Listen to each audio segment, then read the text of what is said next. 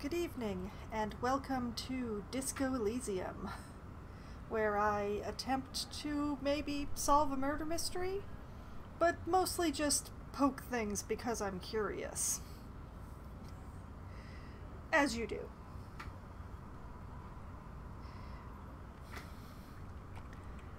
So, as per the usual, once again, picking up exactly where we left off last week, which is standing just outside the harbor because I was going to go talk to Everard. And yes, I have remembered his name this time. Poke things since you're curious. Yes, that's when I play Overwatch.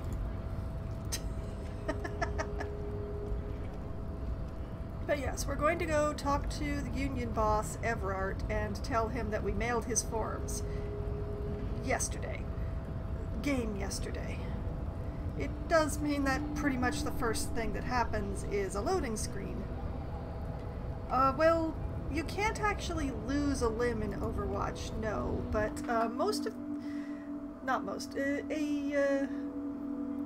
a frightening portion of the characters have indeed lost limbs in the past and are now functioning with prosthetics of various kinds. Yes.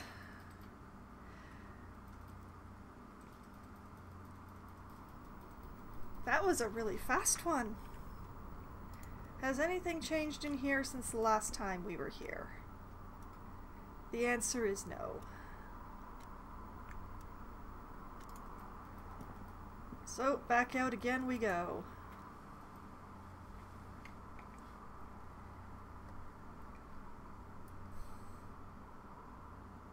But yes, numerous characters are missing arms. At least there are a couple that are missing legs. There are 3, I think it is, who are missing an eye.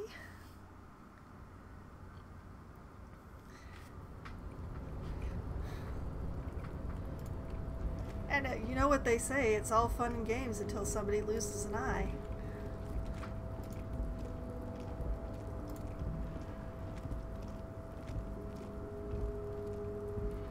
Yes, I'm seeing that nothing really has changed around here since the last time I came by the harbor.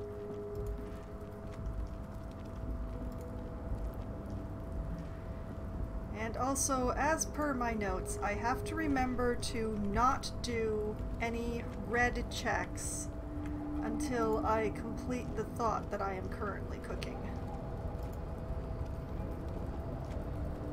Which is in 5 hours, I think, of in-game time?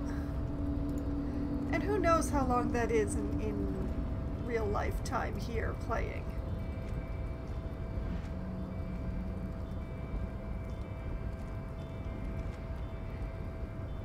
No, the saying, no, that's not the saying at all, Ark. The saying is, it's all fun and games until someone loses an eye.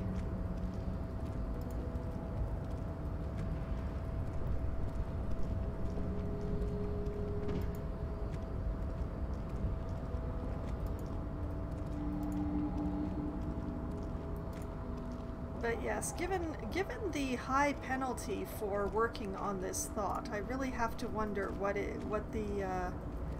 will change. Or so apologies. Oh dear, Ark, what did you do?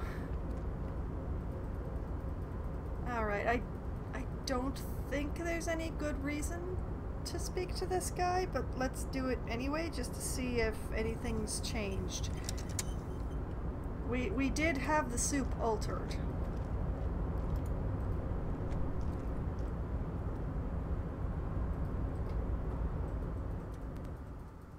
Oh, hey, mister. I knew you'd be back to talk with old Leo here. Yes, I did. It's like Lady Larice said when she opened a bathhouse in the basement of my apartment building. They can only get so far before they're aching to get back. And lots of folk really did keep coming back. Oh boy. Oh my, the 5th. I'm not gonna ask him to keep the greetings shorter, you know? I'm just gonna, I have some questions. No trouble at all, mister. No trouble at all. It's like that old saying goes, wisdom withers if not shared. And old Leo is always up for sharing.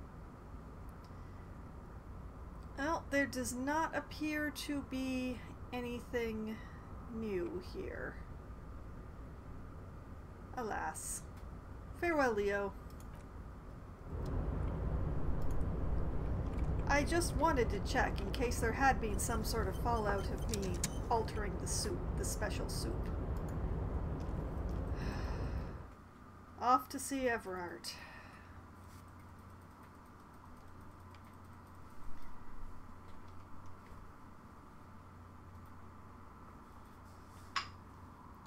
I honestly think that in this particular strike, the union's demands are indeed entirely too great, and their the refusal to negotiate on those terms is. But having one harbor have all of its workers on the board and making decisions for the entire international company and all of the other harbors and everything, it's too much.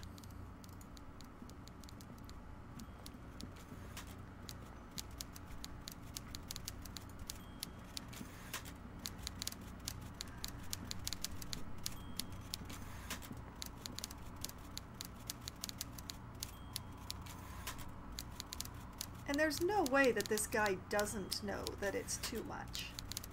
So I wonder what the real game is here. But we shall save and we shall speak.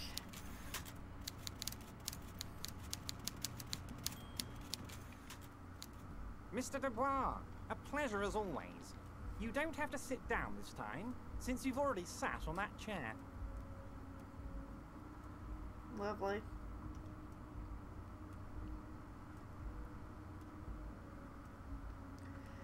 Okay, the ones we have that are not gone over before. I'm told the Union is involved in the local drug trade. I've just finished investigating the local drug trade. It's done. I mailed the signatures you asked me to mail. How do you know my name? Let's talk about my lost gun. Can we go over a few details concerning the murder again? It turns out the strikers are being served an alcoholic brew. I made it even stronger. I met Joyce, the company representative. And that's all the ones that I hadn't covered. You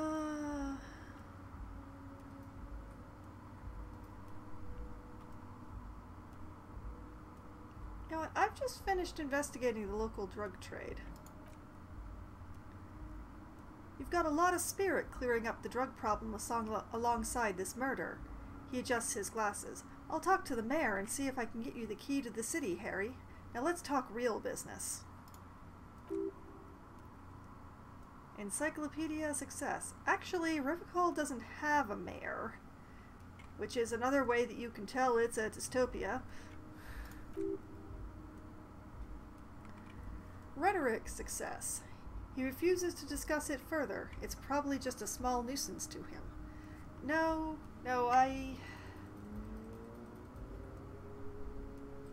He seems like the kind of guy who, while he would not be actually in it himself, he would be keeping a very close eye on it. You know, just making sure that things are being taken care of and that he's appropriately lubricated by it, so to speak.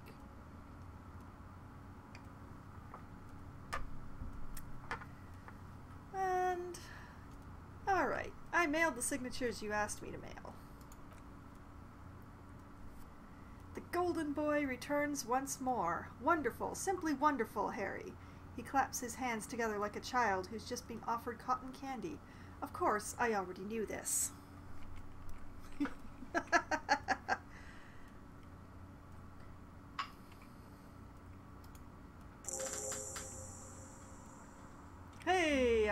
I leveled up from lying to him.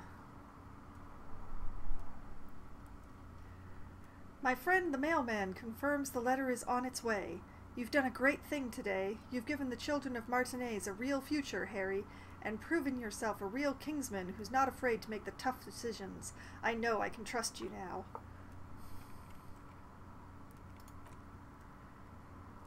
You're in my inner circle. You too, Mr. Kitsuragi. He nods to the lieutenant, smiling broadly.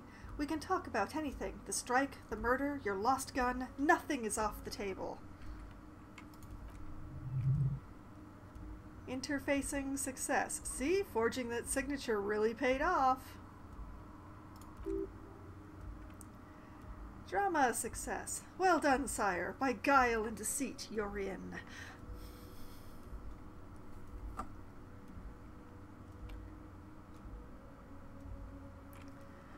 The signatures I got. I know you plan to force them out with the construction noise. Did you order the hanged man killed? Can I get my gun now? Or that's it for now?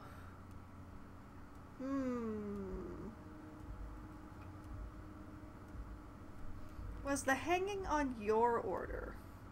I suspect the answer is no, but I want to know what he says. I did not, Harry. He shakes his head energetically, although I am very, very glad he's dead.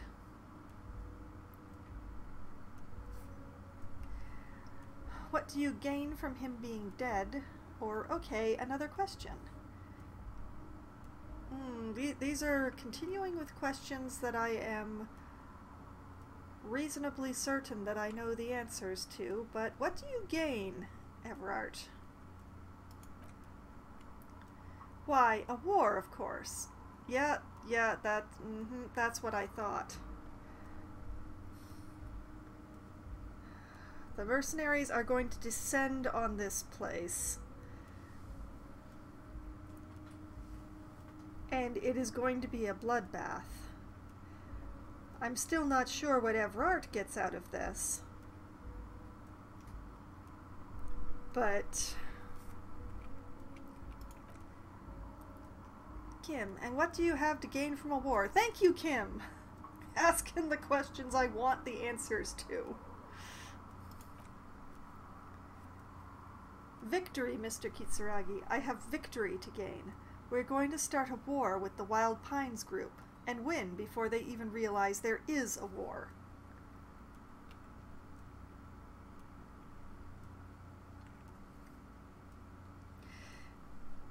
This does not seem to be well thought through. I'm just gonna say this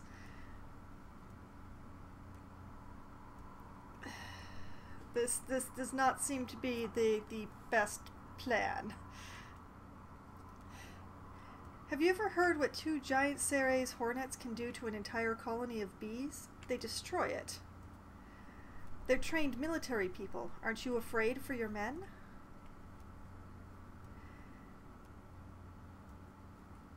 Yeah, we're going with the second one.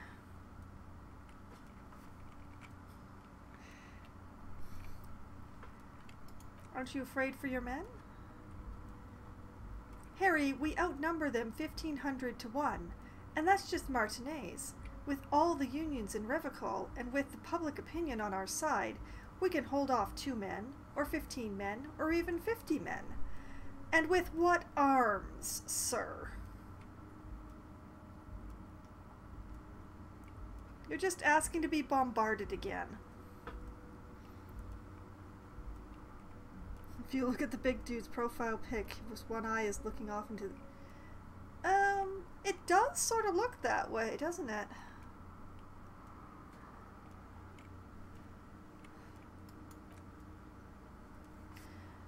The more they send, the worse it's going to look for them. They made a huge mistake hiring those guys. No one likes foreign mercenaries. The leftists hate them. The fascists hate them. Even the moralists think they're in bad taste.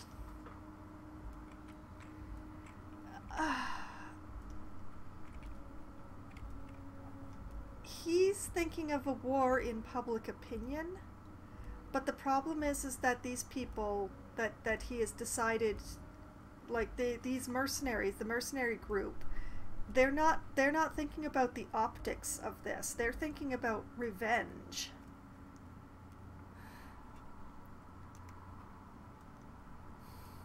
Everyone is going to die. How is this connected to the strike in your mind, Everard? Harry, there is no strike, only war. Class war. Or in business terms, a dawn raid. Or wait, he pauses to rub his chin.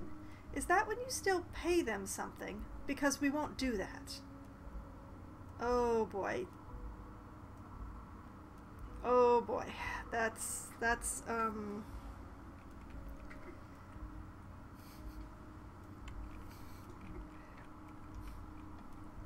I think we've found our first truly evil person in this game.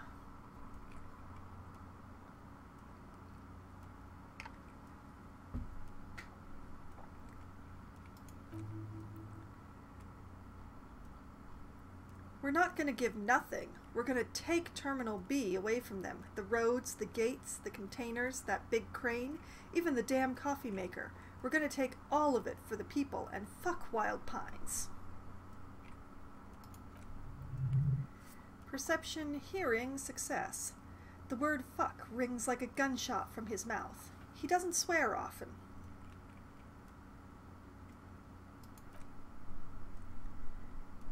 Kim, so that's why you haven't let Joyce in? Everard. Yes, it's also why I let that midget Gaumont go. He's too nice. I can't put him through this. Plus, he knows how to get in here. That woman can't tell her tits from her asshole. She has no chance. What? Or why are you telling me your plans?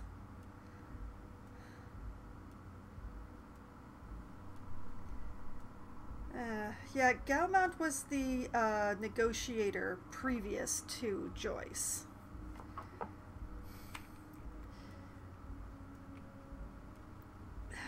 Why are you telling me your plans? Because we're friends, Harry. Besides, it doesn't matter now. You can go tell her if you want. It won't change the course of events. We have a significant head start.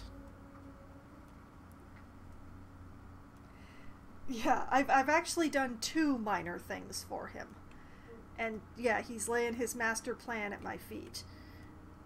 Admittedly, I don't know of a way to forestall this besides finding out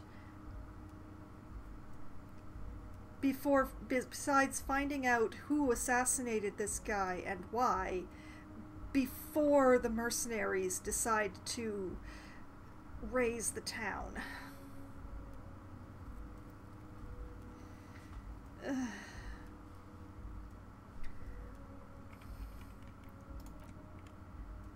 He looks at the swordfish clock and nods. It's already happening.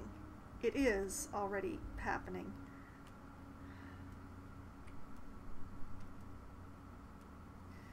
Okay, we have opened up. How many of you guys are there in the Union? And how are you going to fund your new independent harbor?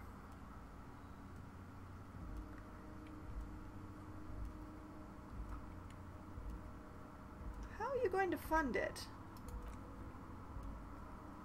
Oh, you mean what sort of goods are going to be flowing through? How am I going to replace all the contacts we'll lose once the poo-poo hits the fan? The clients who'll ditch us? Harry, we've thought of everything. Logic, success. Clients would take a well-known multinational conglomerate over a local mobster any day. This is true. You can't possibly hope to continue like you have. Clients will leave en masse. Or everything? Clients will leave, Everard. Sure, some will go, but mark my words, the company will be unpleasantly surprised to see how many of them stay loyal to Martinez, and to the new competitive contracts we can offer.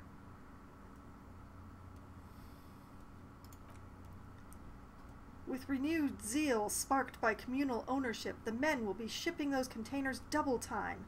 You'll be surprised to see how fast things go without parasites latching on. We'll have our hands free to pursue bold, exotic new revenue streams. Oh boy.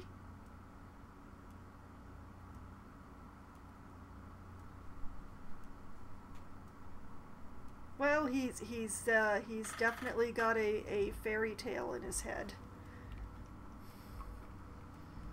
And yeah, sure, probably there will be a zeal-based boost in work, and then it's just going to go back to worse than the way that it was before. Especially since with those competitive contracts, the communal ownership or not, the money will not be going as far.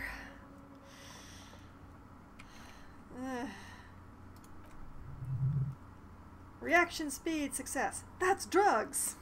Yes, thank you, reaction speed. Kim, drug trafficking. Kim, are you at my reaction speed talking? Everard, drug trafficking? Don't be stupid, Mr. Kitsuragi. There are perfectly legal, 100% ethical chemical factories on the Samaran Isla. You don't need to be colonialist about it. All they do is produce components to keep the pharmaceutical industry running. That's people's health we're talking about. Old grannies, little babes, people with disabilities. That's just the top of the iceberg, though, isn't it? God, that sounds shady. Digging it, Everard. I have to say, I'm digging this part. Oh, boy.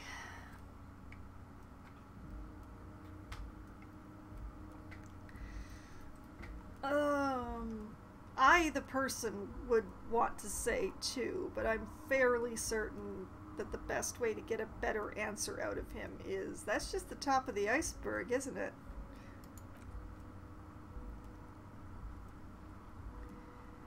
Everard, the company thinks transporting these chemicals in bulk looks bad.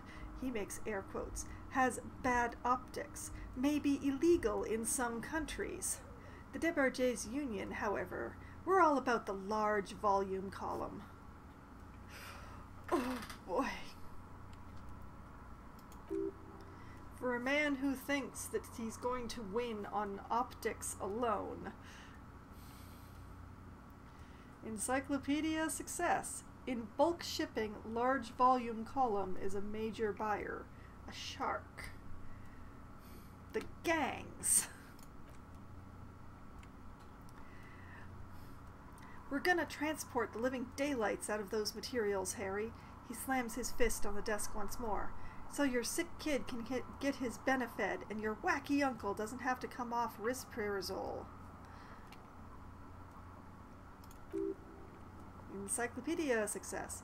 Benefed is a children's cold medicine, usually apricot flavored, and risperazole is used to treat severe psychosis. Kim and the kids on the street can get speed and pyroholidin. Everard, I'm an old-fashioned guy, Mr. Kitsuragi. I sometimes grab a beer with the boys, but I have no idea about the things you just mentioned. He smiles.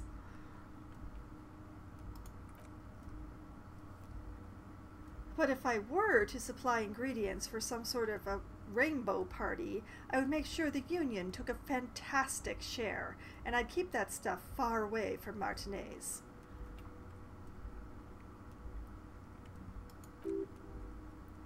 Encyclopedia success. He's basically admitting to it. Yeah. Is Ruby helping you secure this fantastic share? Drugs are a no-go for me. I'll report this. I have to admit that's a well put together plan, and far removed from you. Interesting stuff. I just want to solve this murder, okay? Makes sense to regulate the drug trade like this, keeps it out of more dangerous hands. Oh, this is a terrible, terrible conversation.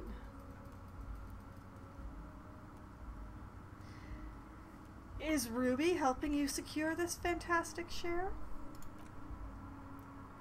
Harry, if I was supplying raw materials to drug manufacturers, I would need an army of rubies. Kim. The lieutenant nods slowly. Understood. I understand too, Kim. My character may not, but I do.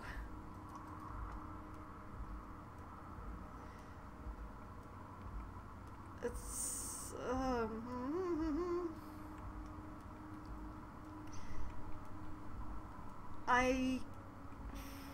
He's probably gonna shut me down if I threaten to report it. He's just got too much clout in this town. It's a well put together plan and far removed from you. He smiles slyly. It's also far removed from my men and the people of Martinez who've put their trust in me. Anyway, let's not focus on the sensationalism of the drug trade. This hypothetical drug trade is all anyone ever seems to be interested in. It would only be a small part of the harbor's turnover, just like the harbor is but a small part of Martinez. It would still be illegal. So is there a trade or isn't there?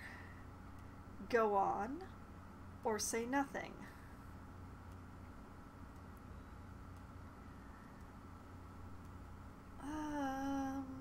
Say nothing. Let's look at the big picture, Martinez as a whole. There are little girls out there with dreams of making music, young mothers who want to start businesses, models who want to walk catwalks, and steel welders who want to weld steel. I'm going to unite them all into one economic body. We're going to incorporate this place to Kingdom Come. Everyone's going to be in on the wealth, and everyone's going to pull their weight.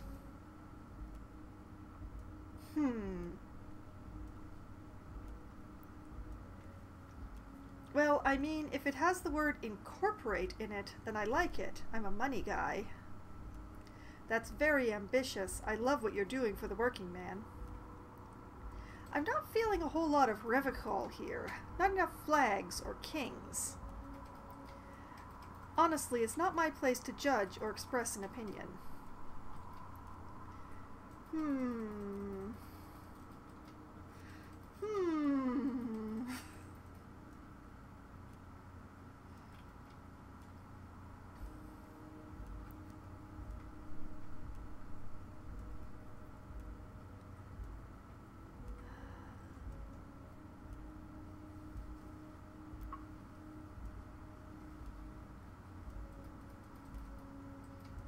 I don't know what to answer.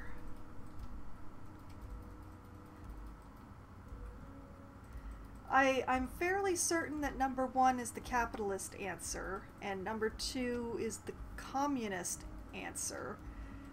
Number 3, I think, is the royalist answer? I'm not sure about that one. Number 4 is...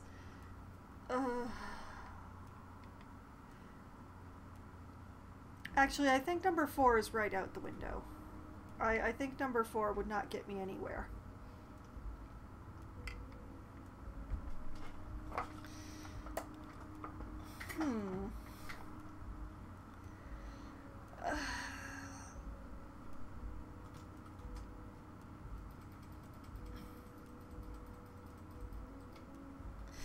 I'm not feeling revocol here. Not enough flags, not enough kings.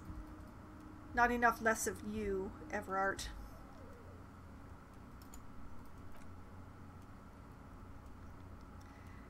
Harry, the future I have in store for Martinez will have all the macho aesthetics you love so much. The crowns, the guns. I will even slip in a skull and bones for you, my friend. Oh boy.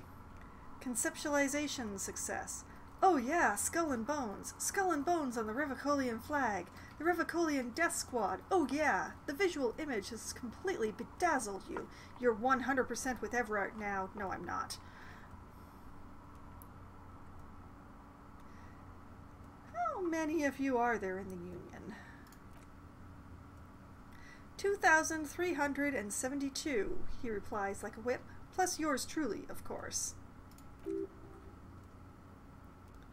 Logic success. 2,373 is a sizable contingent for a labor organization in Revicol.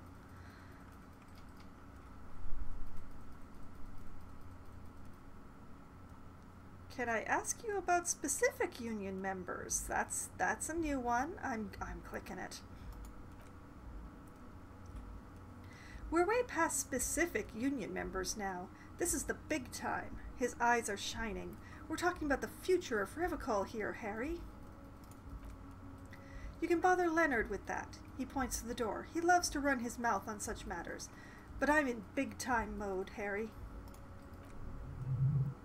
Composure success. There's something different about him now. He's more vibrant, more alive in his big-time mode. Can I get my gun now, which I suspect you definitely do actually have? Harry, I've got to be honest with you. He turns solemn. Your gun was found 2 days ago. Withholding this information weighed heavily on me, but it had to be done. You bastard, or fine, where is it? Yeah, I suspected that he just kept bringing it up because he actually knew.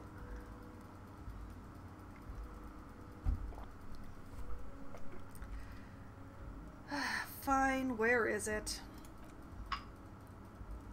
An old woman has it, and let me tell you, Harry, word on the street is she's a character, so watch out. Logic success. This must be the woman who bought the gun from Roy, the one he described as terrifying. So the gun's still with the woman who bought it from Roy. Yes, the same one. I see you've done your research. The pawn shop made the gun easy to track. He smiles and shakes his head in wonderment. Crazy stuff, Harry. Selling your gun like that. Wild. Anyway, the neighbors of this old woman contacted my men because they trust me in the Debergier's union. Apparently she was waving it around at the entrance to her building. Half-light success.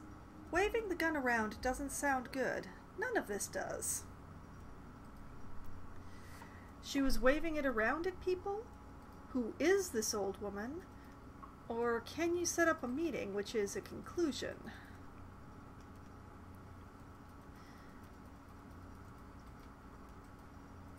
She was waving it around at people?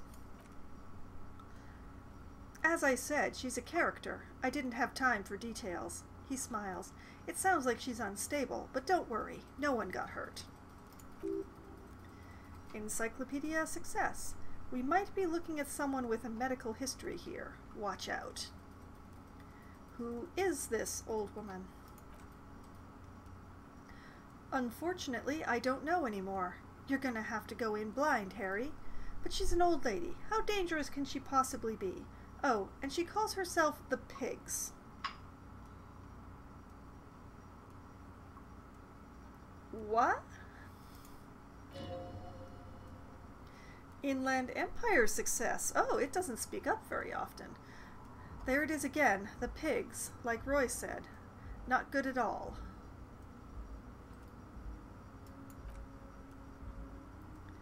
Kim. I, for one, find it refreshing. Finally, someone calls themselves a pig. A smile flickers in the corner of his mouth. Alright, can you set up a meeting, Everard?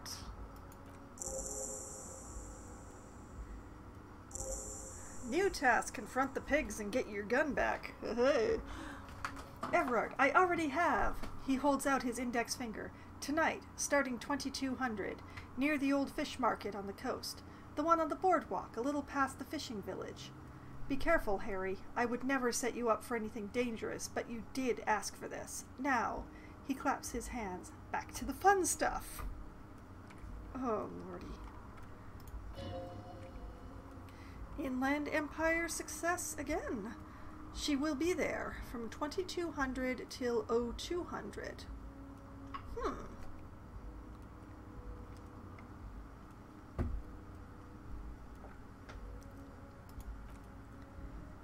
Kim, more fun stuff. He looks at you. Seems like we already have fun stuff to do.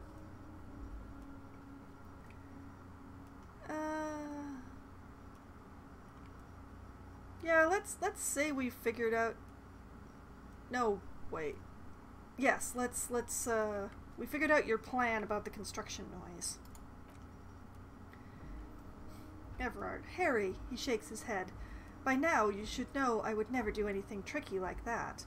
However, if the construction noise and limited street access makes some people consider moving, well, let's just say there'll be freshly renovated buildings near the roundabout where those poor people can finally enjoy a significant uptick in quality of life. I'm talking real, affordable workers' palaces. Composure, success. He proudly spreads his hands to demonstrate the size of the palaces. They're very large. When he's talking about them, I'm sure they are. Kim, so the village is doomed, the lieutenant says grimly. Everard, you were there. You saw the place. A wasteland. There's nothing left. But mark my words, officers. He slams his fist on the table, causing some of the coffee to spill. We are going to reset it. Reset, he repeats. I have big plans for Martinez, and they do not include humans living in those pig sheds on the coast. That land will be used for municipal buildings and commerce. What do you mean? Harry, imagine a youth center, supermarket, church complex, employing hundreds, no thousands of people. The coast will be lit up with enterprise and life. All those ruins out there turned into low-income housing. He leans forward. Harry, enough is enough. We're taking this district back. The war was 50 years ago, for God's sake. It's time to move on. Youth supermarket church complex? Do you really expect me to believe that? Low-income housing? If even part of this is true, then why not? And life, nod. I knew you were a man of the people, Everard. Do you really expect me to believe that, Everard?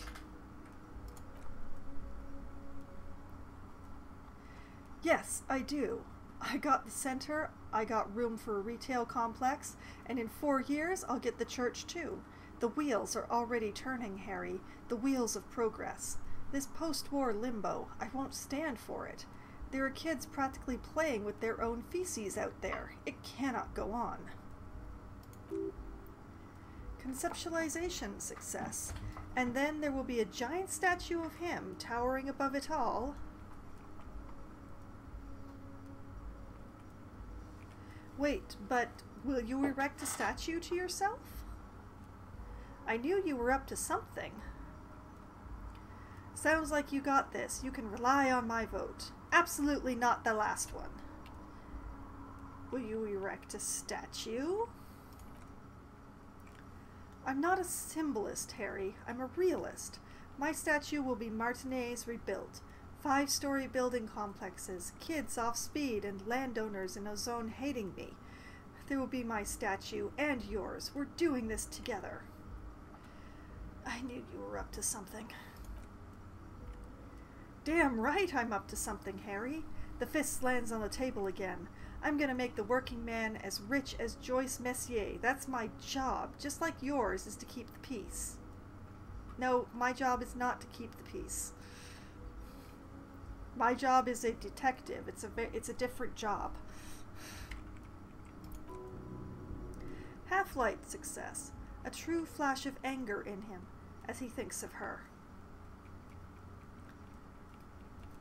Alright, that's it for now. Great, Harry, great. I think we have truly built a bridge between Martinez and Jamrock today. We've united the RCM and the Debardiers Union. Suddenly, there's sadness in his tone. This, he points to you, then himself, has been so great. I'm sorry we don't have more fun things to do together, but if you ever feel like bouncing something off me, my door is always open.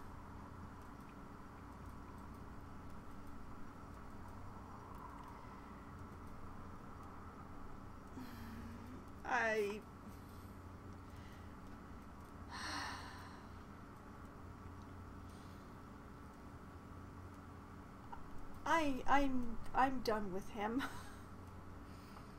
We're just gonna go. I'm gonna leave now, but we might talk again later. Who knows? Hopefully not. I'm putting you on the list with Kuno, but at least you're not on the list with Measurehead.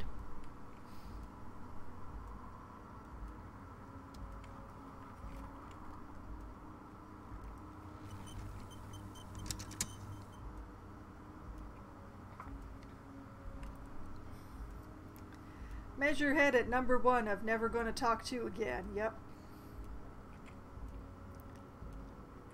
And now we're just gonna hope for this autosave to actually save. Come on, computer, you can do it. I believe in you.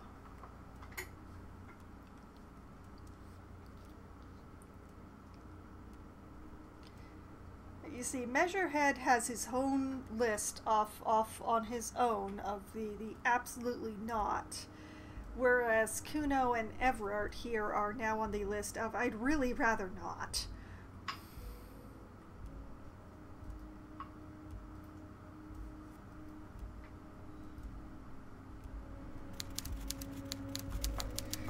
Okay. We're going to step away. We're going to go to the outer alcove here so that I don't actually have to look at Everard anymore. And we'll have a look at our quest journal.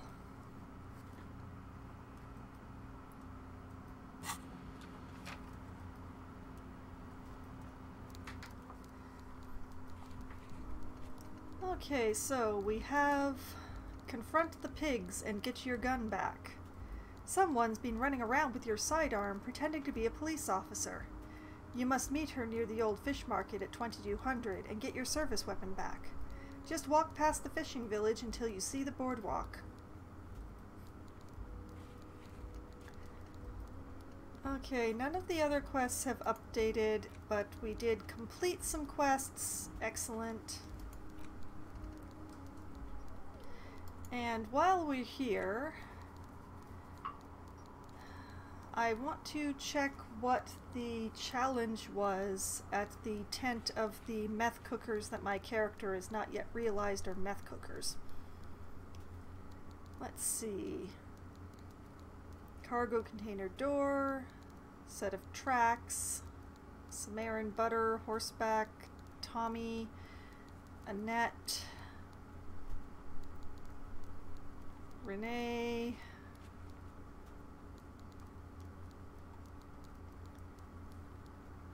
I believe that's Andre. That's a logic challenge. Oh boy.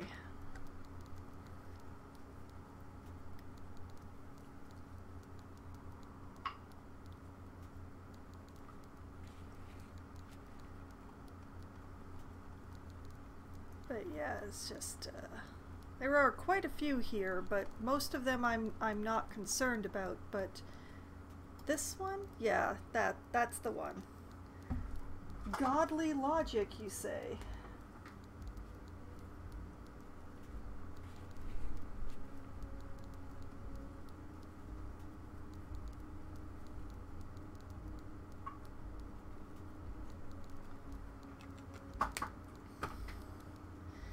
Okay, we'll close, go back to the tasks, and we'll have a look at what my logic looks like.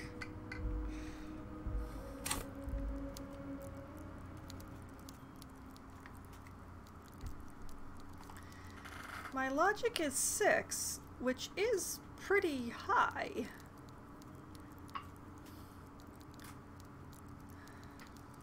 -5 logic. No, that's me, not the character.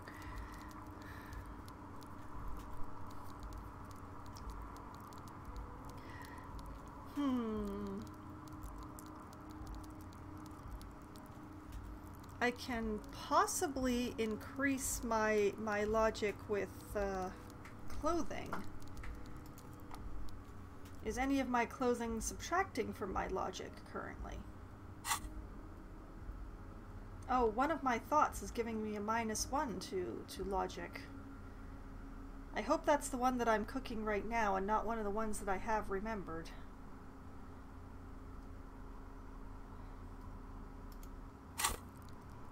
Because yes, intellect base 5, learn skill 1, bonus from items 1, bonus from thoughts -1, so a thought I'm cooking has taken away a point of logic. Please let it be the one in progress. Nope, all red checks fail is the only thing that this is doing. So which one is taking away logic from me? Find better loot. Learning cap.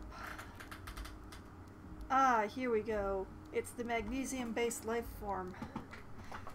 -1 logic. No such thing, man.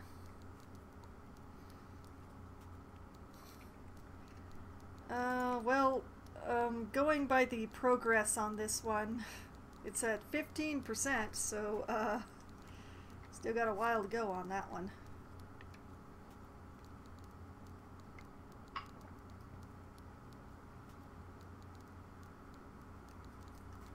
I don't really want to give up magnesium-based life form, though.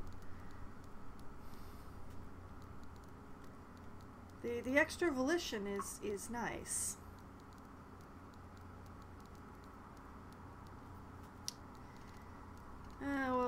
I'll have to figure out a way around that, I guess. So some piece of my clothing is giving me +1 logic. Which one was it? My shirt. My shirt is giving me +1 logic, so we keep the shirt.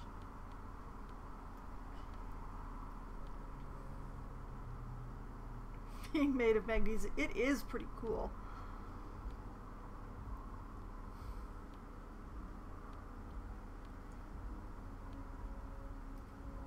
Well, I could wear the flip-up glasses. That would give me +1 logic. And I'm not actually wearing anything in my glasses slots.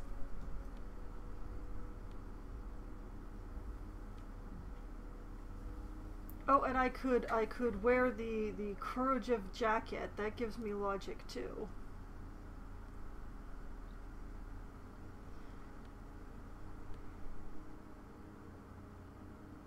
And the conical hat gives logic for some reason.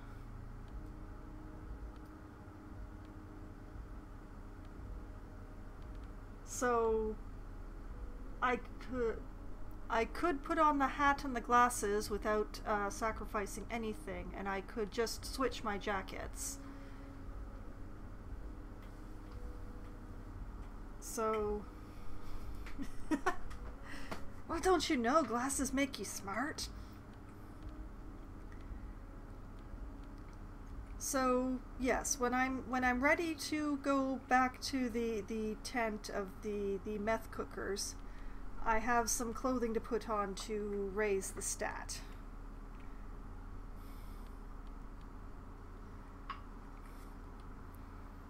I'm not quite ready to go back yet, I have to admit.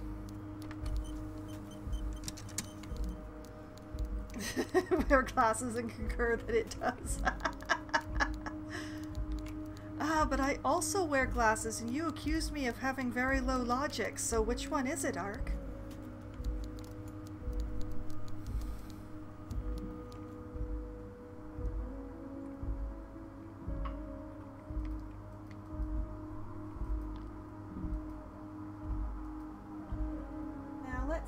Did I have talk to Everard on my list? Yes, I did. I can cross something off of my list. At last!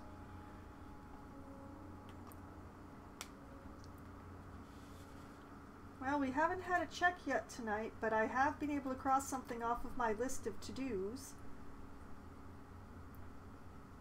And depending on how time passes in the game, I might be able to cross off this frightening woman has my gun thing. Which actually, I think I will...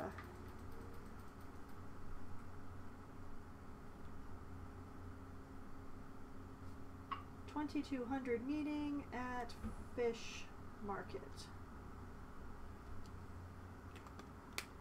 There we go. The rough road here. Simple answer is made smart. Well, maybe. That seems like a cop-out answer, though.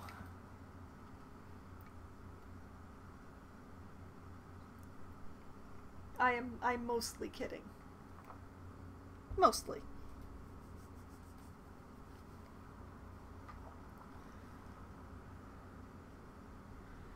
Need to do something behind Lieutenant Kitsuragi's back? Sneak out after he's gone to sleep. I did that once. Nothing really happened. I suppose if I actually wanted my character to get drunk or high or whatever, I should probably wait until Kim's not with me, but...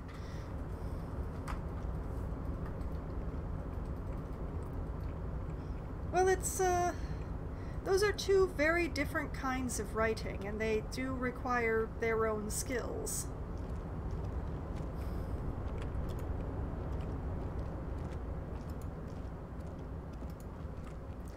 My writing is definitely not very technical.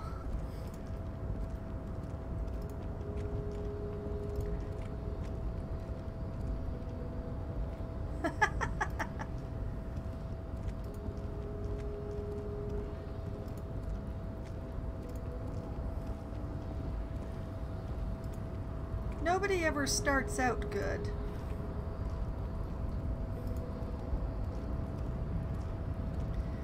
Come to think of it, why am I walking? Why am I walking when I have fast travel now? I want to go to the fishing village. No, I don't want to go to the fishing village. I want to go to the church. Why can't I go to the church? Where's my fast travel? Is it not available from the harbor? Oh.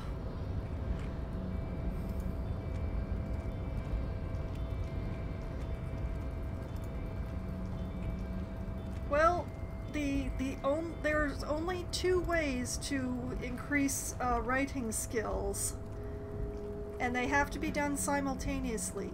You have to read more and you have to write more. So that's how you do it.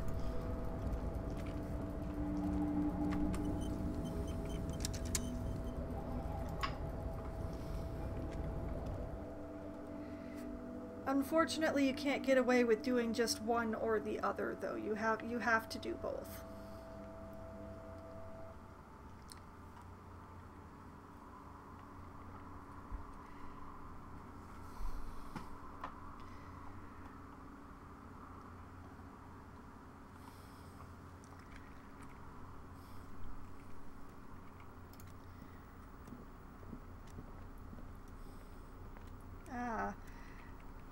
Sometimes it can be hard to find the time in the day to get some reading done. Personally, whenever I'm watching cable television, I read during the commercials because it's way better than paying attention to the commercials.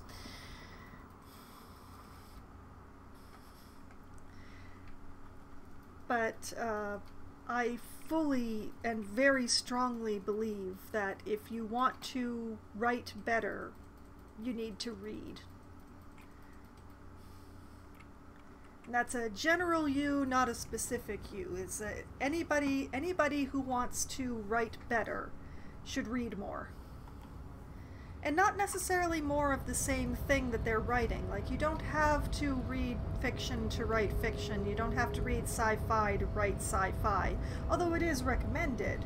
But seeing the way that other people use words is very important. just learning the way the language that you choose to write in works and the ways that it can be broken is very important.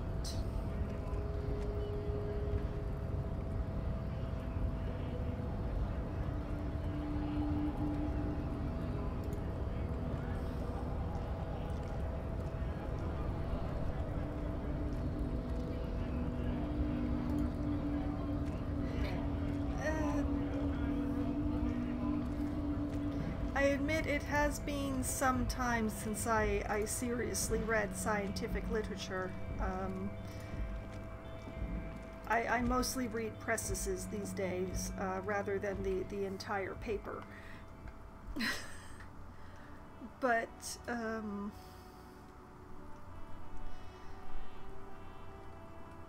I would say that just reading and understanding a scientific piece is the more uncommon way to go about it. I would agree with your professor on that one. It's not completely unheard of, but it is definitely less common.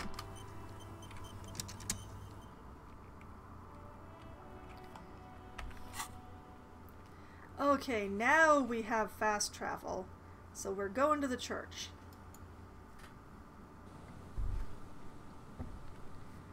Oh, what am I...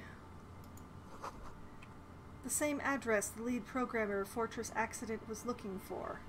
Oh, but we've already been here. We could go in and talk to her again, now that we read the whole report of how everything went wrong. But that is not my interest at this time. There is more exploring to do that I have not done.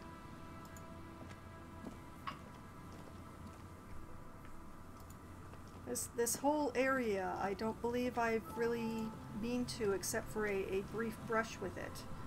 And here's another phone. Interesting.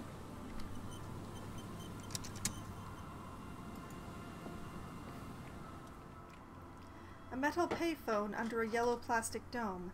You could use it to call someone, unless you're out of change. I don't know who I would call at this point, so let's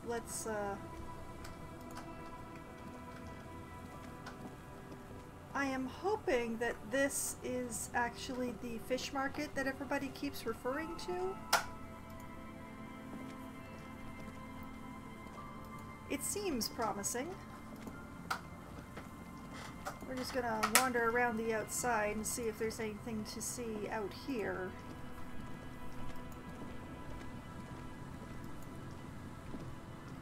There does not appear to be. Oh, but we have a dot here.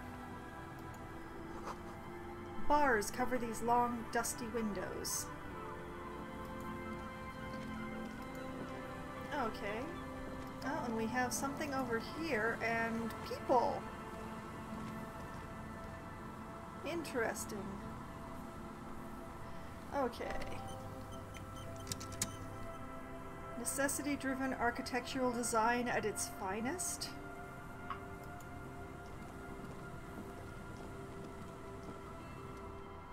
Felled mural. You see a once bright mural towering above you. The signage is peeled off over the years, but you can still make out Felled Electrical R&D. Perception, sight, success. A slogan used to entwine with the loops a long time ago. Now only a shadow of peeled letters remains. It says, "Tomorrow is just a whisper away." Tomorrow is just a whisper away, or turn away. Well, yeah, let's follow it. Just a whisper away it is. Kim, looks like tomorrow never came. The lieutenant raises the collar of his bomber jacket. That was it? Alright. Well, we're gonna look at more stuff and then we're gonna talk to the people. What's in here? Money! I'll take that, thank you. What about this? Another power box. It charges nothing now. It's empty.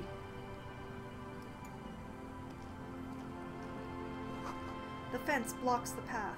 No way on from here. We'll see about that. Oh. I know what to do with these. Here's a trusty crowbar. More money? Don't mind if I do. And Nosefed. Then we'll put the pry bar back away again so that hopefully we won't make people nervous. How many days? I have no idea, Ark. I have no idea how many days the game is supposed to go on.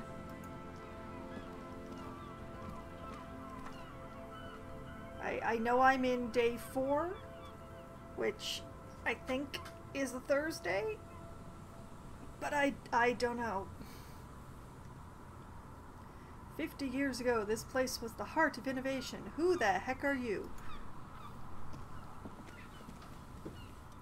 And Mikhail noticed the windows, especially with how there are no windows on the south side. This was to deal with. A blond man stands next to his son, pointing to the weather-worn ruins. He sees you approaching and smiles. You officers, come to investigate the historic subtext of West Martinez? I'm Khan Hylostown. You must be Kim Kituragi, right? I was just telling my son about this building. Not a lot of people realize the historic significance here. Very rich in hypertext. How does he know who the lieutenant is? Nice to meet you.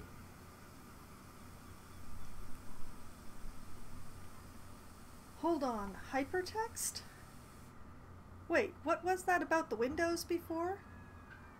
You and Kim know each other? Which is a proceed.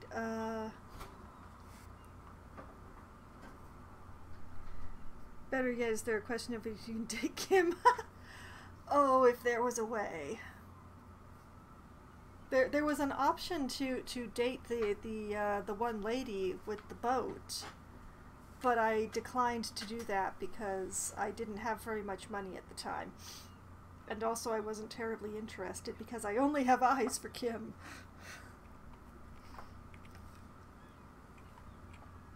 I do not want to know. Thank you, Ark. I'm trying to play this game as blind as possible. Thank you for asking.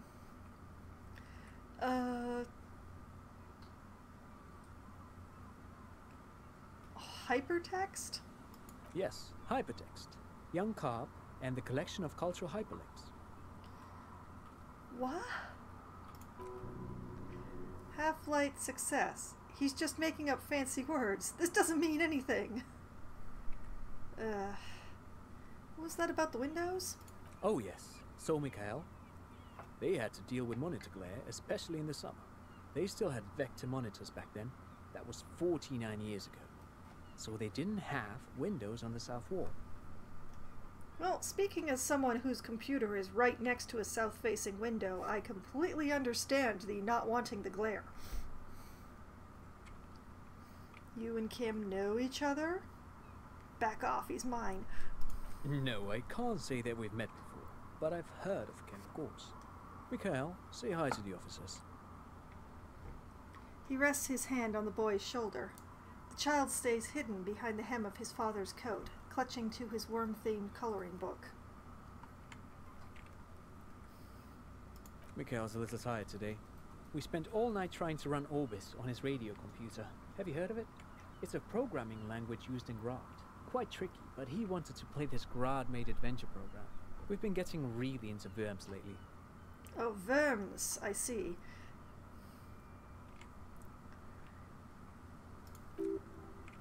Drama success. The man speaks in the artificial cadence of a professor, or someone who's been on too many radio shows. But I assume you're not here for giant worms when there are so many real things to see. Just as I was telling Mikhail before, this is where the Coalition landed in '08. We could be standing on what is the most interesting landmark in Revachol West. He points to the building again. Encyclopedia success. Wow, get a load of this guy. He really enjoys his trivia. The Orbis programming language was named after its inventor, Victor Orbis, a cybernician from Grad. They run Vox in the Occidental countries. What's so fascinating about an empty old building? You look like someone who has money. Do you have any money? Great, thank you for all the interesting information, and leave. And I can be possessive of Kim if I want to. What's so fascinating about the empty old building, then? Please give me information I can use. Aha! But it's not just any empty old building. He raises his hand to his eyes to shield himself from the freezing snow. All four of you turn to admire the mural before you. What not a lot of people know is, this used to be the R&D department of Feld Electrical, and Feld, which now sells ink cartridges, mostly, was once a top dog in the turn-of-the-century cybernetics boom. I'm getting more confused about when this game is. Look at the building looming over you, or I don't think I've ever heard of this Feld Electrical. Look at the building. It looks old and weathered, with seagulls picking apart its stone and metal carcass. Bushy undergrowth has taken hold of the collapsed rooftop. Some kind of bird has set up a nest on a broken windowsill. I don't think I've ever heard of this Feld. That's not surprising. Only a vestigial ink cartridge and ferrotape manufacturer remains. He adjusts his suit jacket. They started out as a midway electronics outfit in Constan 2 centuries ago. After an aggressive move to Revocol, Feld became a global player in the emerging personal electronics market of the pre-revolutionary era. Still, Tricentennial was beating them in business machines. He gestures towards the building, but Feld had an ace up their sleeve. Or should I say they were developing an ace up their sleeve. He grins. I'm mixing my metaphors here. What was that ace? Or very interesting. Let's get back to this later. What was that ace? I'm just wasting time while this thought cooks. It was here in Martinez, possibly in this very building, that they developed prototypes for a, he pauses for effect, tape computer. A tape computer? An elegant folding mechanism of rollers and ferrotape ribbons, portable enough to be a take-it-home solution, revolutionizing business machines, possibly even bringing them to the average consumer. Home computers. Which is a feat of engineering even today's giants, RAM, ICN, and ZAMM, haven't achieved yet. He grins, admiring the sentence he just produced.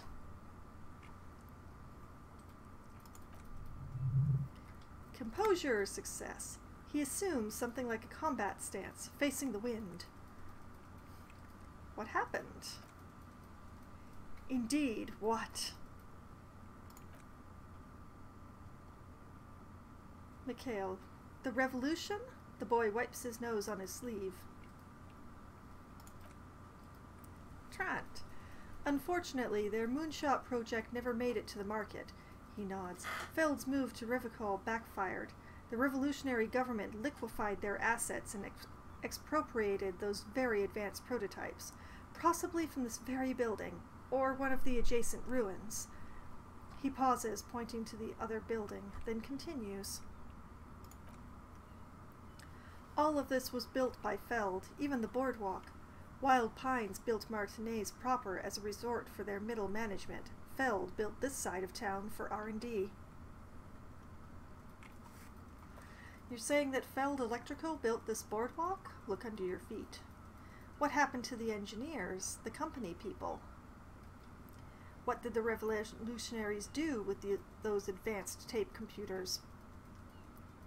How did those tape computers work? Did they work like radio computers? I wanted to ask something else. What happened to the people? Oh, I'm afraid it didn't end well for the boys. He smiles again, as if he's somehow personally responsible for this bleak turn of events. But this story is a bit too dark for little Mikhail here. Now, if you were to ask about tape computers... Rhetoric success. Wait, is he saying that we should just bypass the excesses of the revolution? Turn to Mikhail. He means they all died at the hands of the communists. Or tape computers, right. You know what? He's the father. Tape computers. Tape computers. He nods, wind tousling his suit jacket. How did those tape computers work then? Actually, no one knows. No one even knows what a computer made entirely of tape would look like. But word has it they were very elegant, exquisite, alien-looking turn-of-the-century hardware. He raises his finger, remembering something. Encyclopedia success. Buckle up! The encyclopedia recognizes its own. Oh my. 10 years ago, I did a little freelancing, I guess you could say. I was a special consultant for an exhibition at the Wompty Dumpty Dom Center in Vredefort, Orangi. It raised the same questions, and we had lengthy discussions with Paul Ackerman, who was head curator at the time. This was before the twins, Keith and Guy Youst, joined the team, trying to... Oh, Lord. Reaction speed, success. Wait, did he just say Wompty Dumpty Dom Center? Encyclopedia success. What the hell is a Wompty Dumpty Dom Center? And who the hell are Keith and Guy and Guy Youst? Okay, the Wompty Dumpty Dom Center, Paul Ackerman, Keith and Guy Youst. What are you talking about? Yes, I am going to keep pronouncing Guy differently every time I say it. You're welcome. Okay, back to, where were we? Tape computers? Wompty Dumpty Dom. The Wompty Dumpty Dom Center for Contemporary Arts. There it is again, those words. The exhibition itself drew on Lagerman's notion of memory, and so there was some parallels. That's why the head curator, Paul Ackerman, chose to... You're making this up, turned to the lieutenant. Kim, is he making this up? Come on, there's no place called the Wompty Dumpty Dom Center of Arts. Kim! Oh no, I got a thought. I got a thought called the Wompty Dumpty Dom Center. In fact, I'm not making it up. The Wompty Dumpty Dom Center, he says casually, is a place you can visit if you're ever in Vredefort, and are ever in the market for an exhibition space / contemporary art research center. He clears his throat. But perhaps I should return to the tape computers. As I was saying, the device itself was very elegant, fragile even. One could write directly on the tape using a special chemical solution. The machine would then analyze the handwriting, perform operations, and project output onto a white screen.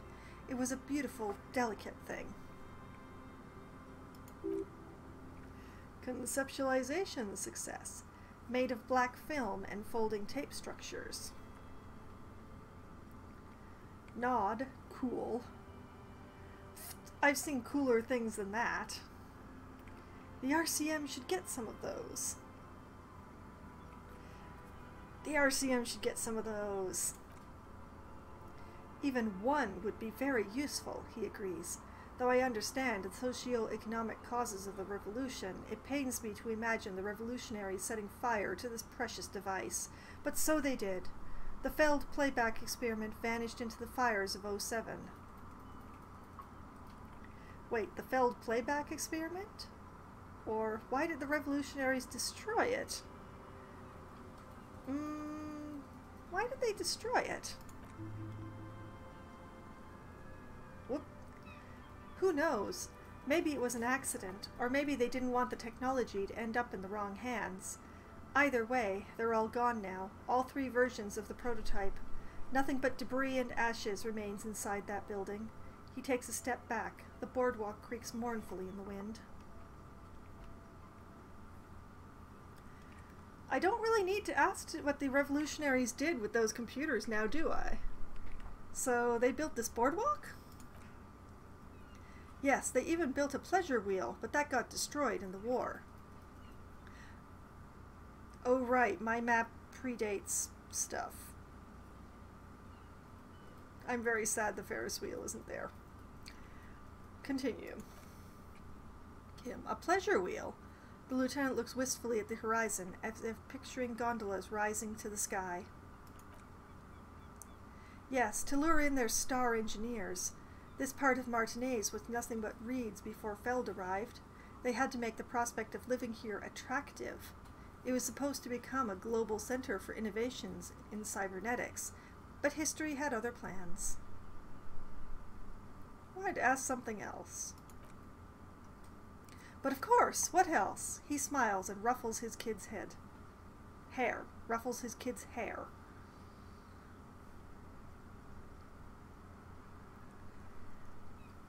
I want to hear about the Feld building again. You look like someone who has money. Do you have any money? Great, thank you for all the interesting information. I don't feel the need to shake him down for money. I really don't want to go through the Feld building thing again. Thank you, bye-bye. No, thanks to you for having me and little Mikhail here to pick your brain. A very interesting conversation indeed. You didn't pick my brain of anything. You talked. You talked, and talked. Rhetoric, success. Pick your brain. If anything, this was rather one-sided. He did the talking. Whatever. Thank you, Rhetoric. At least somebody agrees with me here. Hopefully something that I've learned here is useful later. I'm vaguely doubtful, but I'm hopeful.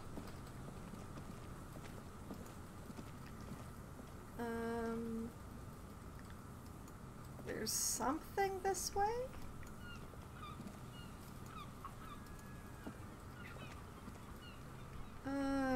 It's just a loop around. Yeah, I've already been here. Alright. Back up. Heck, let's see if I can... Whoop. Perception, hearing. The remaining windows rattle from a strong gust of wind. They're covered in a thick layer of grime. They must have been like this for 40 years. Try to see inside. Lieutenant, can you make out what's inside? Point out the windows, or finish the thought. Try to see inside. Dripping water falls from a high place. All you can see is the shadow of a collapsing staircase. Visual calculus success.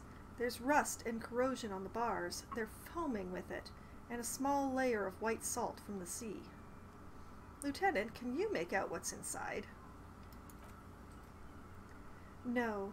He shakes his head. The windows rattle in their frames. I won't even try. You know, he takes his glasses off. I had a partner once. They called him Eyes because he had to show me things. It's that bad. Can you still shoot, though? Or just nod and finish the thought? You can still shoot, though, right? Well enough, actually. It's odd how that works. I'm no sharpshooter, but I passed my shooting courses 7 out of 10. Good enough. Oh, and I should probably have a look and see what that thought I am not going to work on is. Alright, we have the Wompty-Dumpty-Dom Center. Temporary research bonus is a -1 to suggestion for being an outsider. It takes 42 whole minutes to research. It's Wednesday evening and something heinously exciting is underway. People have gathered beneath the billowing roof of an oddly shaped trophy building, sipping wine and exchanging opinions. 29-year-old wonder twins Guy and Keith Eust are the stars of the show, with their bomber jackets and white sneakers, head curators of this art exhibition. It's the Wompty-Dom-De-Dummiest event of the year, and it's all the cool kids have RSVP'd. Where are you if you are not there? No. No. No. No. 24% on the precarious world, though. We're making progress. I wonder, will it go faster if I actually have it selected? Let's find out. Alright. Onwards into what I sincerely hope is the fish market.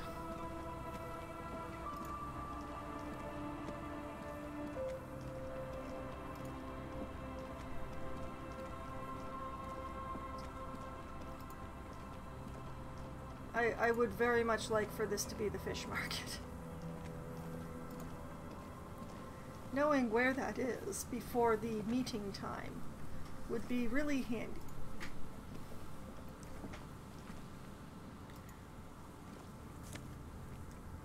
What's this? Oh! Bottles to turn in for money. And dots. A makeshift roof. Vagrants have tried to make the boardwalk habitable. And we have a thought. That tarp will keep out neither rain, nor snow, nor wind. It is looking pretty sad. What's this?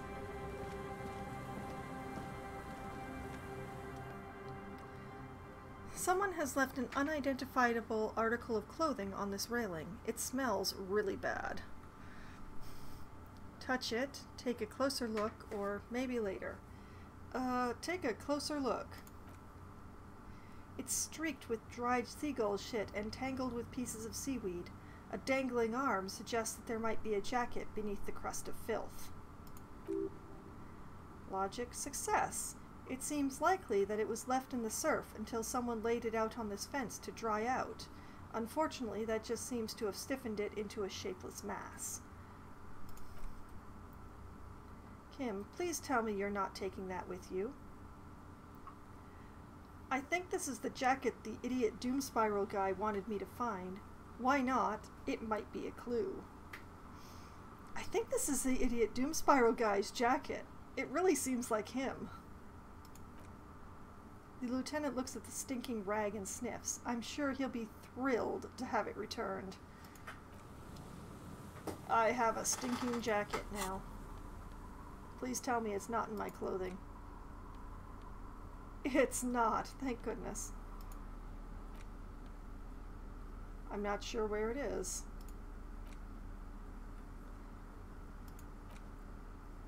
It appears to be nowhere that I can actually touch it. This is probably a good thing.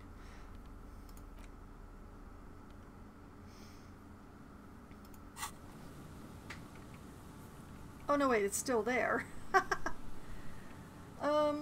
You know what? I'm gonna leave it there and I will pick it up when it's time to go talk to the idiot Doom Spiral guy. Yes, this seems like a plan. Let's continue prodding things, shall we? Prodding things with my pry bar. Yes? Yes. Oh, another postcard.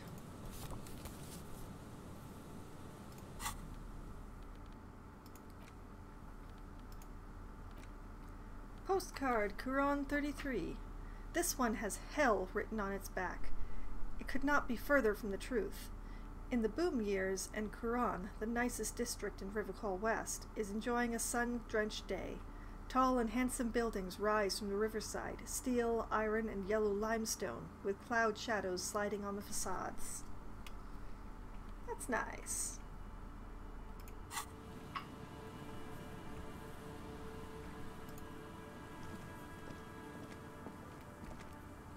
And more stuff. A coin-operated weighing machine hasn't been used for a decade. I think this is the old fish market.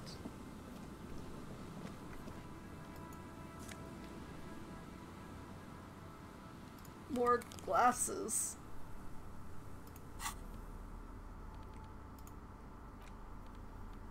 Okay, what do these ones do? Mega Beano's prescription lenses. +2 encyclopedia. Discover your inner Beano.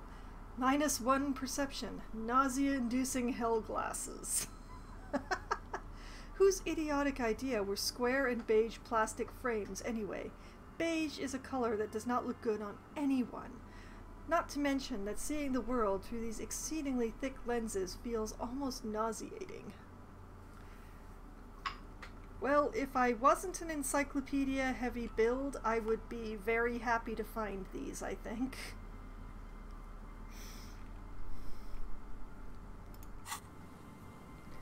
Okay, what is the dot? Vagrants have recently painted the tarp red. Water drips from it. Interesting. Why would they paint the tarp red out here?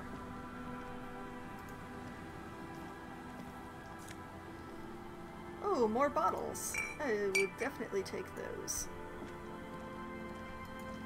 We'll leave the jacket be for the time being. I'm pretty sure just carrying the thing is going to give me some sort of negative stat. Oh, that looks like more money. Let's have it. Yep.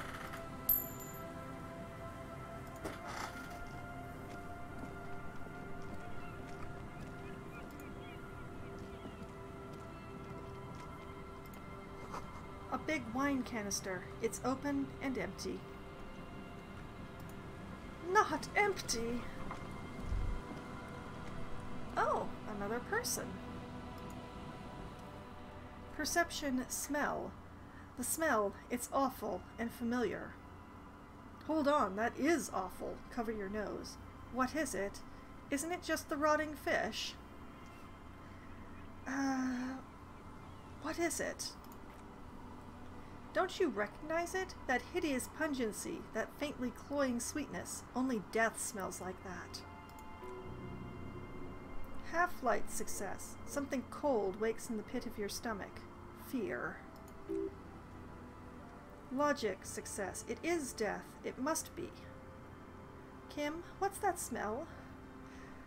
Or heads up, Lieutenant. Something's not right here. Heads up, Lieutenant. The lieutenant has already brought a handkerchief to his nose. That's not a person, then. That's a body. Oh my.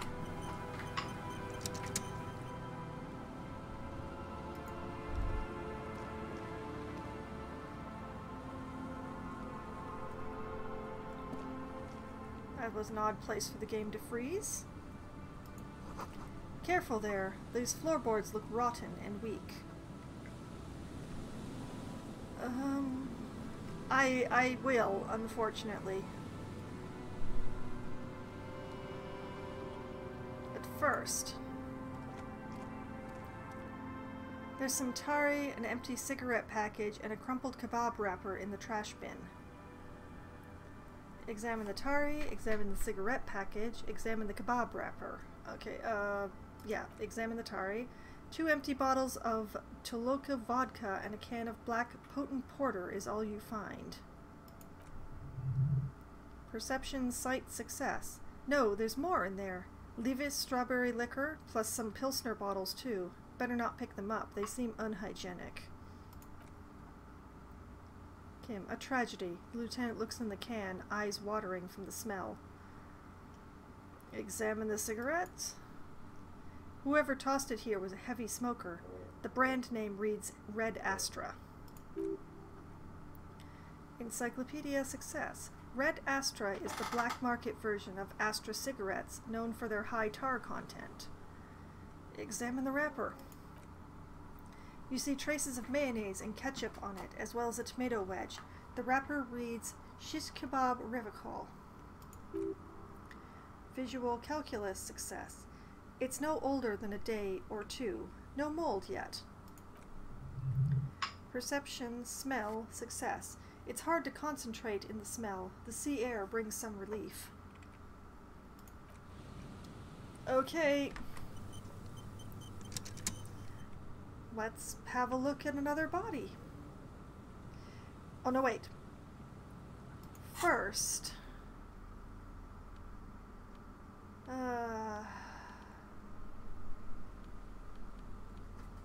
yeah, we want the interfacing gloves.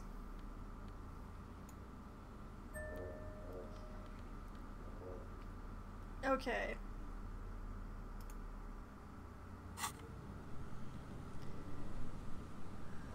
Alright, examining a body. Working class corpse. A man lies on the boardwalk. Excuse me. His limbs bent and neck turned in an unnatural angle. Right next to him is an empty bottle of spirits. In his cramped hand, a chewing gum wrapper. Perception, smell, success. The smell is not as bad as a 2-week-old corpse, but it's definitely heading there. Kim, hold on. The lieutenant squats next to the corpse and examines his face. 2 bulging eyes stare back at him, void of any signs of life. Lividity is faintly pronounced. Whoever this is, he's been dead for 2 days, no longer. He stands up and shivers as a gust of wind blows through his bomber jacket. We need to investigate.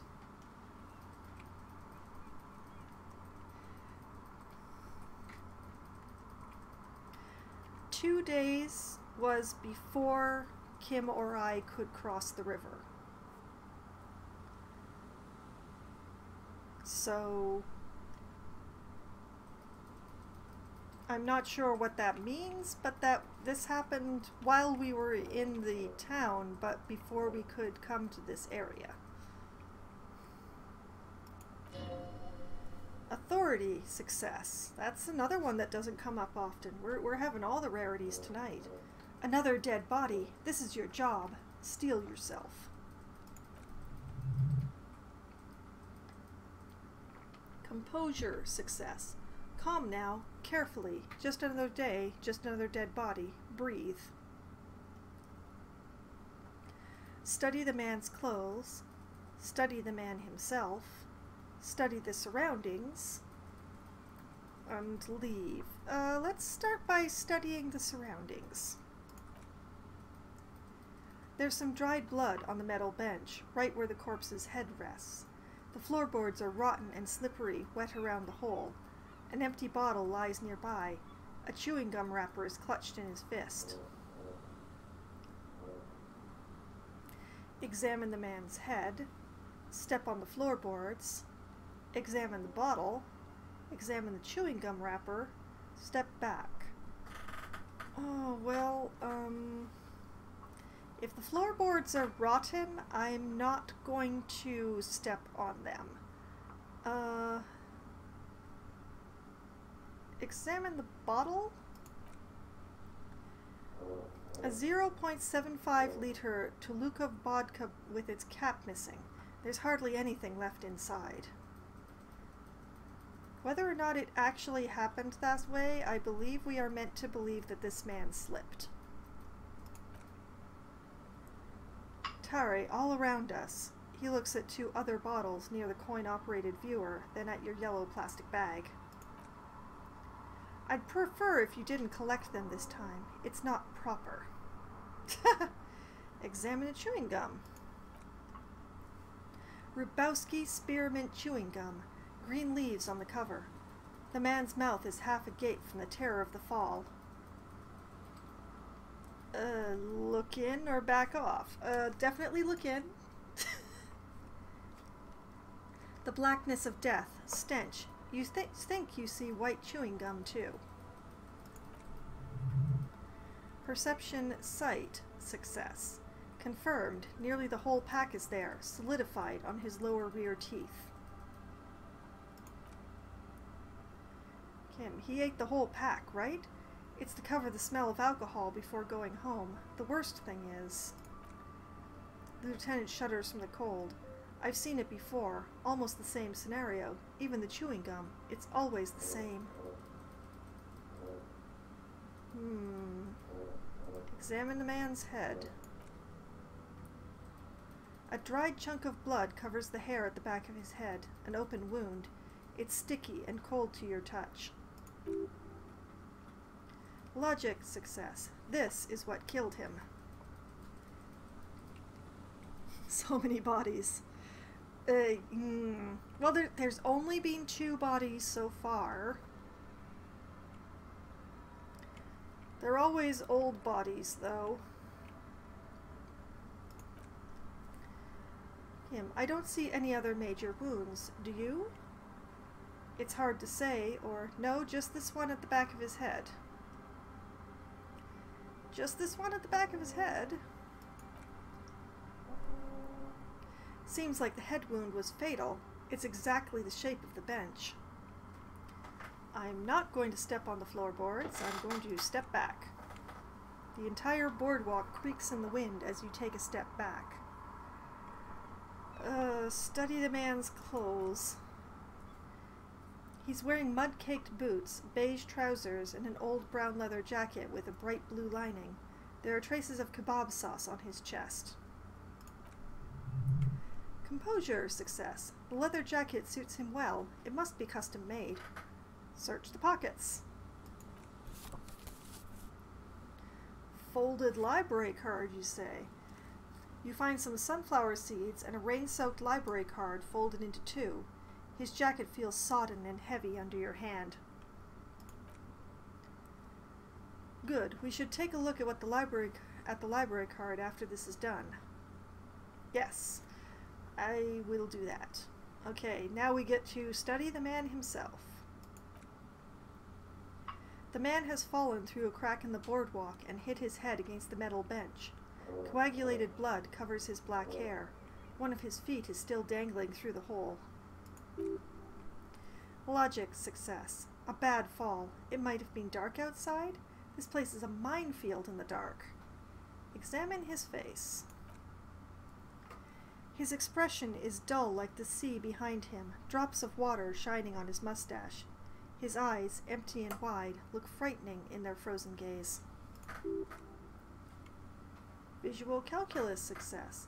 Height 170 to 175 centimeters, curly hair, stout build, age approximately 50 to 60 years.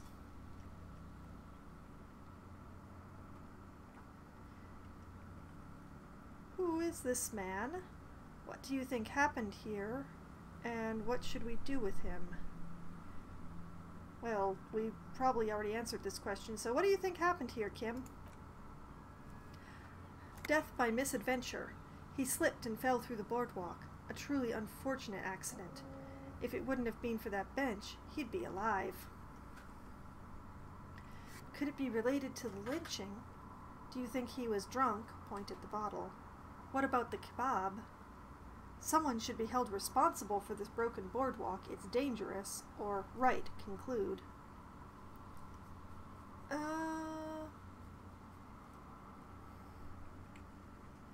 Do you think he was drunk? Oh yes, the lieutenant nods. What about alcohol poisoning and liver failure? Some symptoms of acute alcohol poisoning could have definitely played a role here. Severe confusion, respiratory depression, unpredictable behavior. He's describing me. But I think that death arrived through head trauma, not liver failure. Could it be related to the lynch?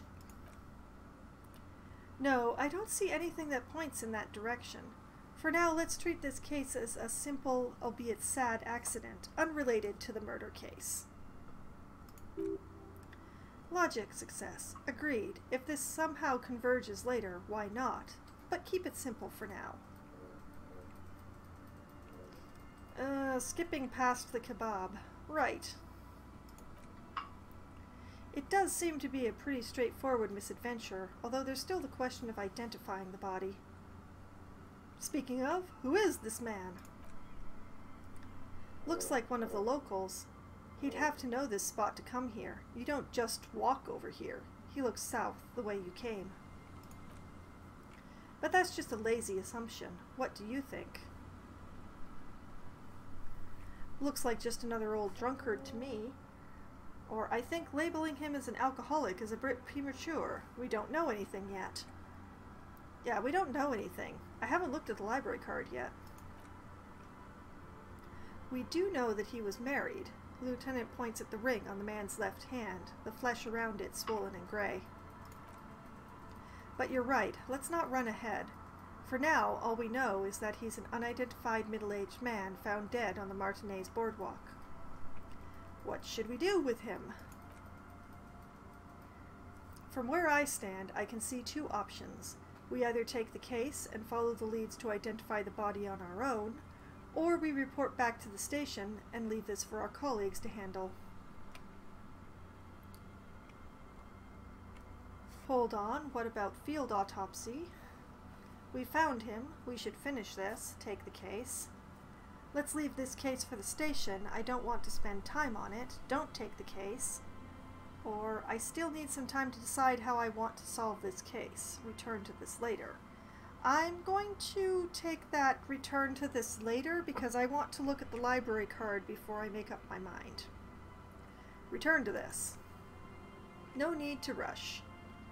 Okay, we're going to leave that conversation and we're going to have a look.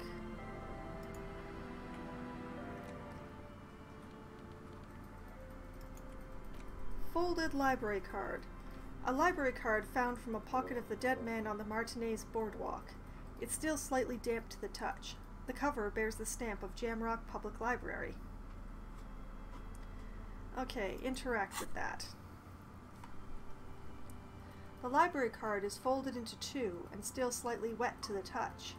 The front side reads, Central Jamrock Public Library Card, issued to Billy Magine, expires July 53. Billy is a unisex name. Could it be the deceased or his family member? Look inside, look at the back side, put it away. Look inside. Whoever owns this card is an avid reader. You find a list of books written in blue pencil. Radio thriller, Stand a Little Less Between Me and the Sun. The last one on the list is The Glinting Curve by M. Thibault. A library stamp indicates that the book has been returned. Conceptualization success. Most of these titles seem to be the sci-fi genre. Some thrillers, too. Look at the back. If lost, please return the card to the library. Dial 005-0255-211 or visit us at Miro Street, 78 Jamrock. Business hours 0900 to 1800. We should first decide what to do with the body before taking any other actions. Let's take another look at the body and talk things through. Alright, put it away.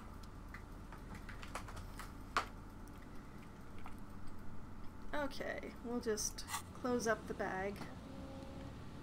And let's check out what this is. This coin-operated viewer has been out of order for years. Well, that's, there really is nothing out this way except for our corpse. So the question is, do I investigate this or do I leave it to other police officers?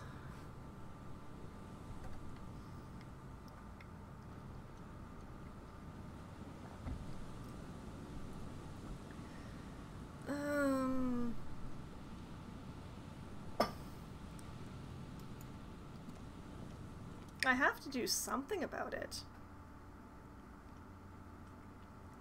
Neither.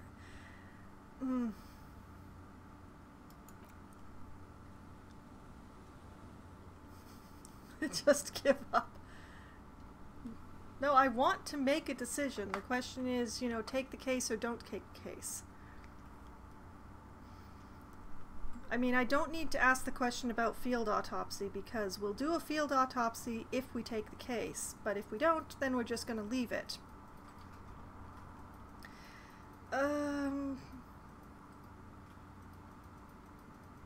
You know what? I am already doing enough. Let's let the station take that one. Alright, the station is going to want details, however.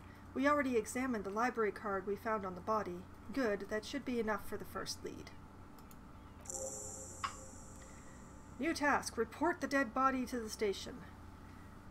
The next thing to do is call the station for my Kinema and hand over the case. Then we can return to the murder investigation and be done with it. Yep, that is definitely something that should be done. Yeah, let's go hope the car hasn't been stolen.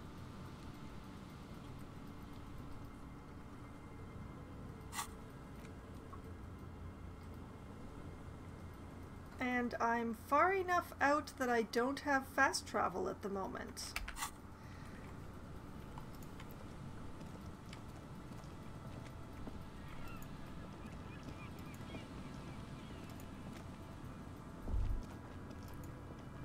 What's this? Moonshine, probably. Smells like tasty fermentation. Where did I manage to pick up that scent?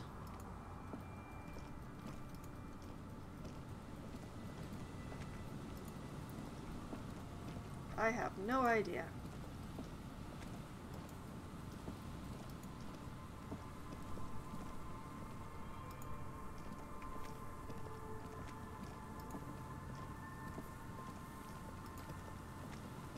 I want to explore more of this place, if I can.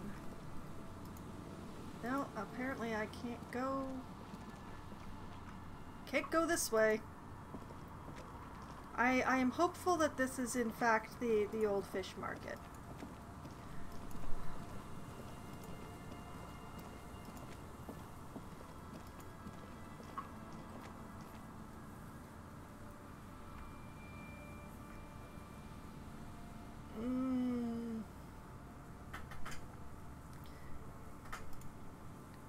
You know what? Let's grab the jacket. Filthy jacket. Yep. Ugh. I bet it's in my clothing. Oh, thank goodness it's not. Filthy jacket. This filthy rag has been at the mercy of the elements for quite some time. It's streaked with seagull shit and abnormally stiff from God knows what natural processes. You can't even tell what brand it is. Do I dare? Okay, kind of want to see what they... Oh, yeah, if the car is stolen, I'm very curious what Kim will say as well. You can interact with the jacket? As you hold it in your hands, it makes an uncomfortable crunching sound. Man, how did this jacket get so disgusting? Or, let's not think about that right now. How did it get this way? It's a sordid, filthy tale, not for the weak. Are you sure you can stomach it? Composure is success. Some secrets are better left uncovered. Don't even try. Seriously. You know what? You know what? Just don't think about it. Good choice. The less you think about the jacket, the better. Put it away. Put it away!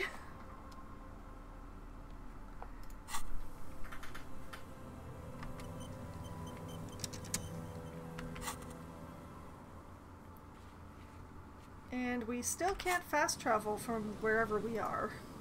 So...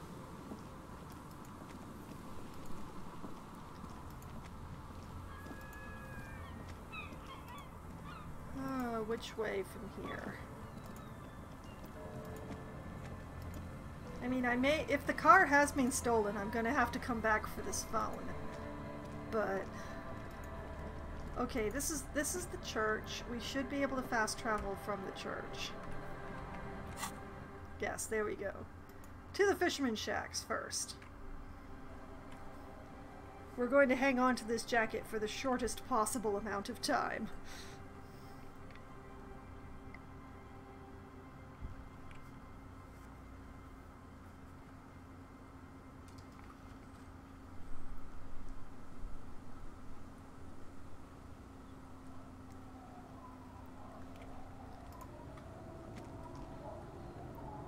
Now, if they haven't moved too much, I believe the drunkards were down around this way somewhere.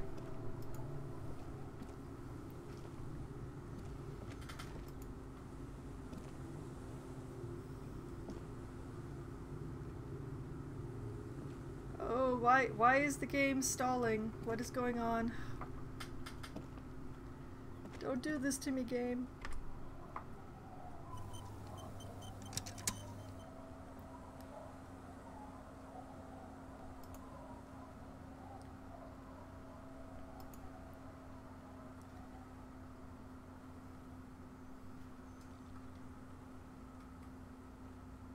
Come on, game, you can do it.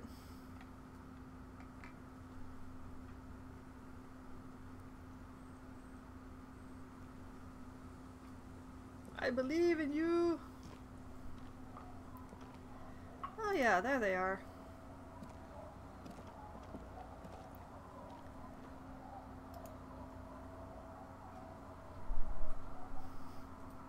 A special event in the loading game. Yes, it's called Why Is This Freezing Here? Hey, you. I have a disgusting jacket for you. Tequila Sunset. He nods in appreciation.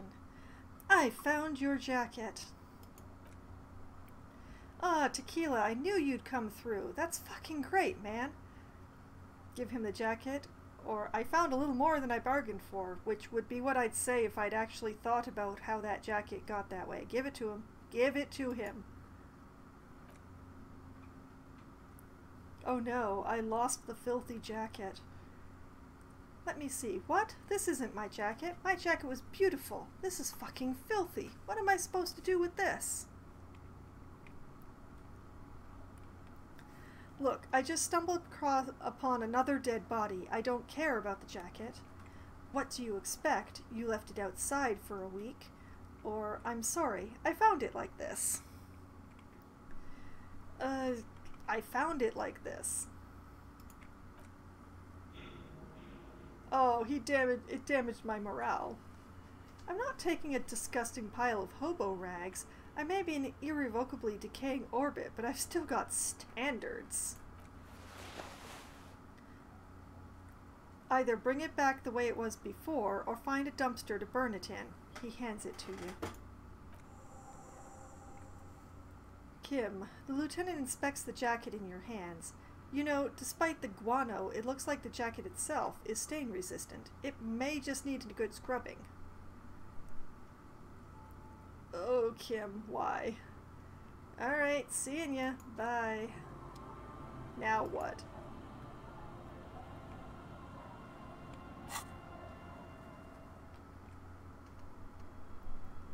Find Idiot Doom Spiral's jacket. Idiot Doom Spiral stole a cool jacket at one point, and then lost it again. The story of his life.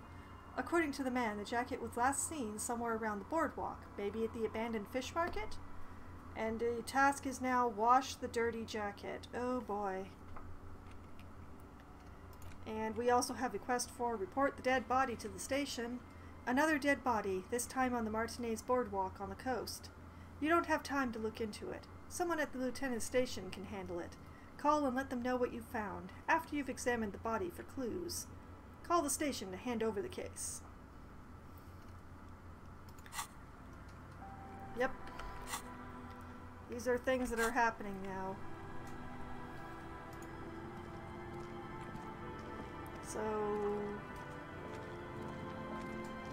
Wait a minute. Wait a minute. Look who's sitting in front of a laundry tub.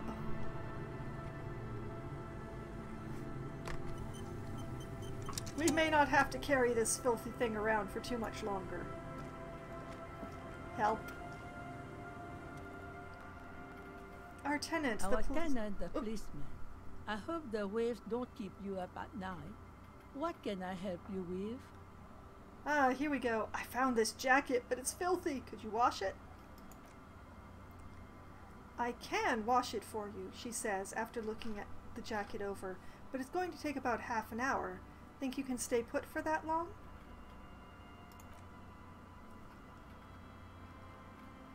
I could use a breather before another runny day begins, says Kim. We don't run anywhere. We sedately amble. Yeah, I'll wait, or no, not right now. Yeah, I'll wait.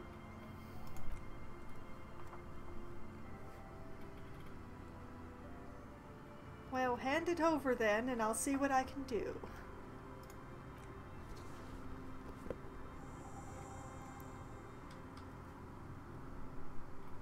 Item gained Fallen Windbreaker. Oh, it's a brand.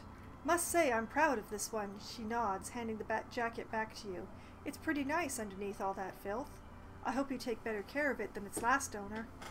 Nope, nope, I'm giving it away. But first I'm gonna look at it. Bye. Oh, now it's in clothing. Alright, what have we got here?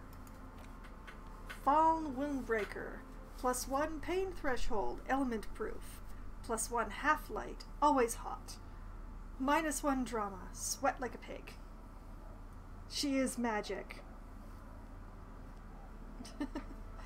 The Windbreaker is like a protective cocoon, placing the wearer's torso in a pocket universe where wind, water, dirt, and fire cannot harm them. Huge writing, 100% synthetic, is proudly displayed on the chest. It lets absolutely no air through.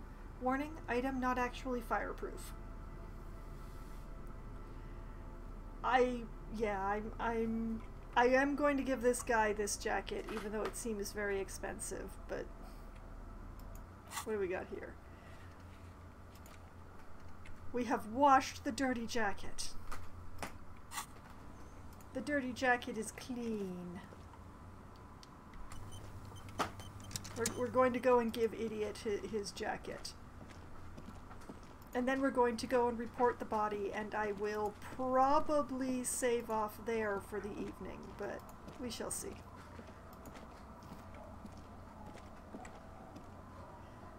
You!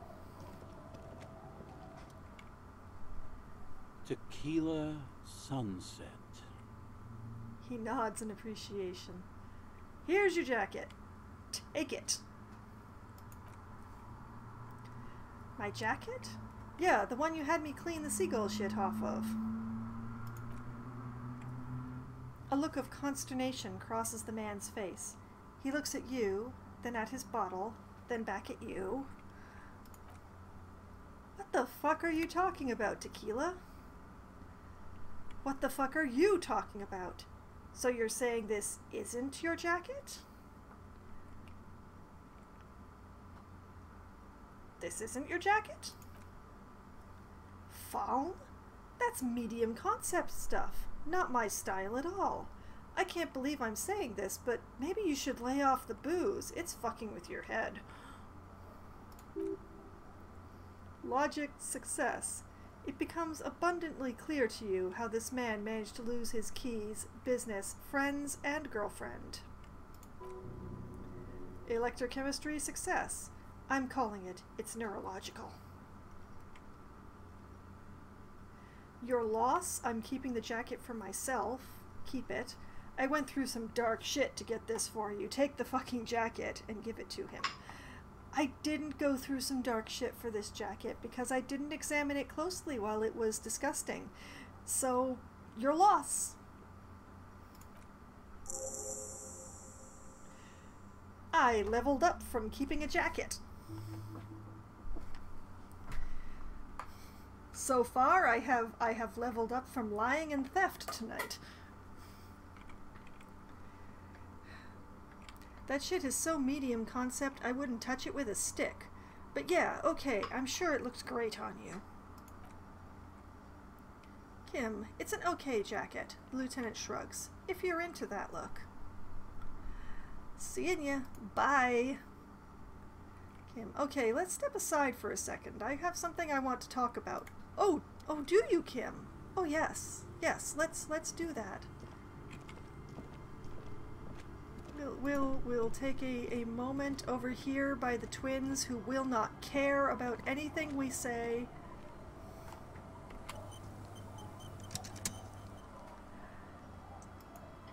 And we'll talk to Kim.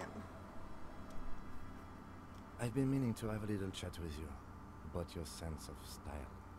Hey, it's gotten better since you first met me. My style? What about it? It's just, well, you look more like a high-flying businessman than a police officer. I'm wearing a police jacket!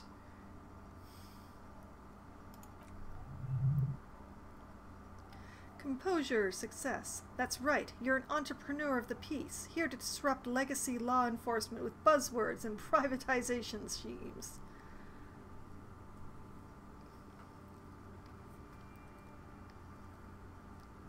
Oh, I just thought that this was how professional people were supposed to dress. Or that's not quite what I was going for.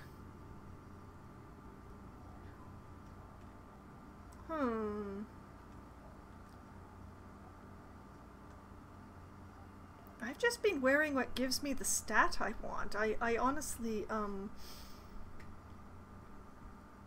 that's not quite what I was going for. Then maybe you should change your look. You know the expression, the clothes make the man? The right outfit in the right situation can make all the difference in the world.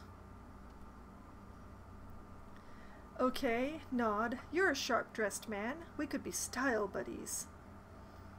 I'm not taking style tips from someone who dresses like a Mega Pinot Clark. Okay, yes, it did take me a few tries, but yeah. I'm not going to insult Kim. I think we could be style buddies. Let's not get ahead of ourselves, detective. Empathy, success. A warm smile. Anyway, we should probably get back to the case. Let's go. So you just wanted to criticize my style, I guess. Okay.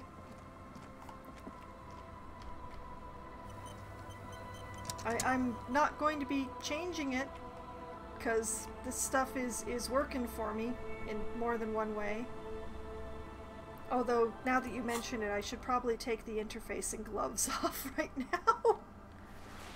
Let's put the half-light gloves back on. There we go. Also, I don't think that this is very businessman. This is like I'm wearing the police cape.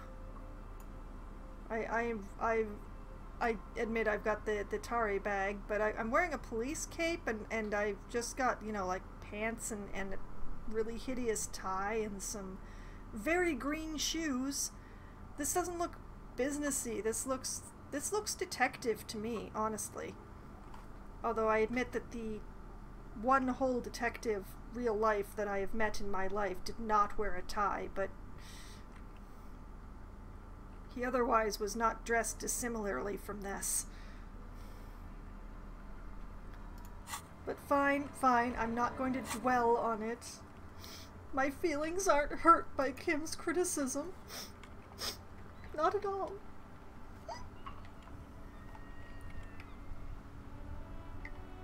The car is still here!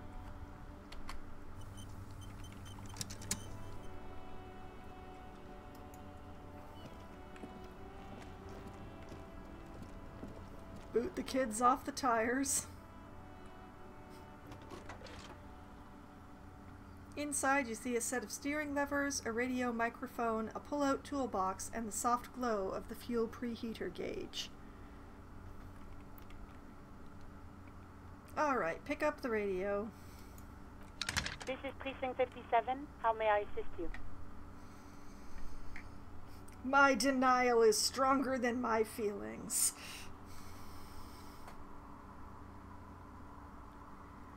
Okay, I need to report a dead body. One moment, you can hear her shuffling through some papers.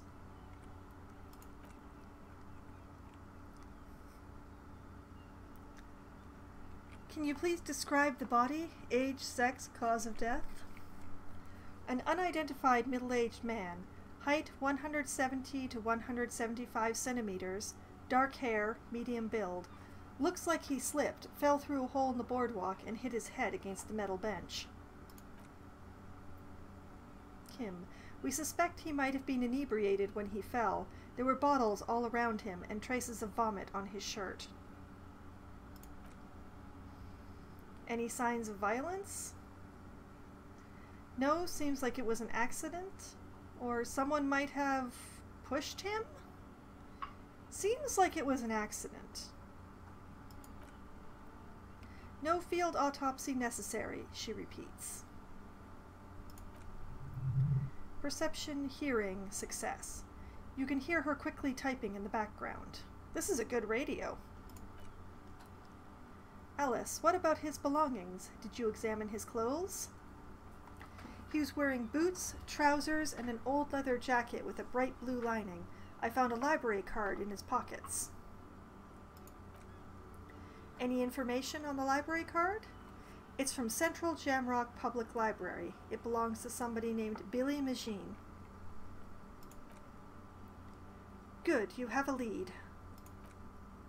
Do you and Lieutenant Kitsuragi want to take the case, or should I assign it to someone else? Kim, assign it to someone else, Alice. We've got enough on our plate. Alice, great. I'll give it to your colleagues. You don't have to worry about that case anymore. We'll send our officers to take away the body. That's all for now. Thank you for reporting in. Is there anything else I can do for you? Alright, we have reported the dead body. We got an experience. That's it for the radio, I think. Actually, no. Come to think of it, those guys yesterday. Reconnect me. Right, please hold. 10-4, come in. Fireworker, over. I'm happy to report that I have found my badge, Jules. She hangs up on the call and says, why can't they just... Yeah. I'm happy to report I found my badge. We are investigating a different crime. 10-4, sir. Glad to hear that. I'll write down that there's no need to issue a new one to you then. Over.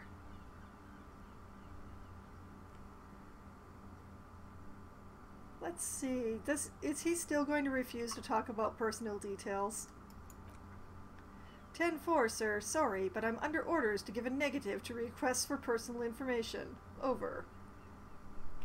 Understood. Anything else? No. End call. Roger that. 10-10. Over and out. With those words, the cabin becomes silent again, the radio microphone resting on its hook. Close the door.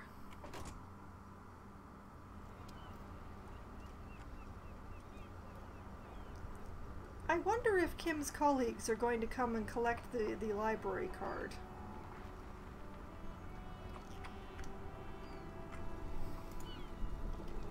Either way, not my circus, not my monkeys anymore with that case. I'm going to put the crowbar away. And I'm going to put my nose at the whirling. That is what is going to happen now.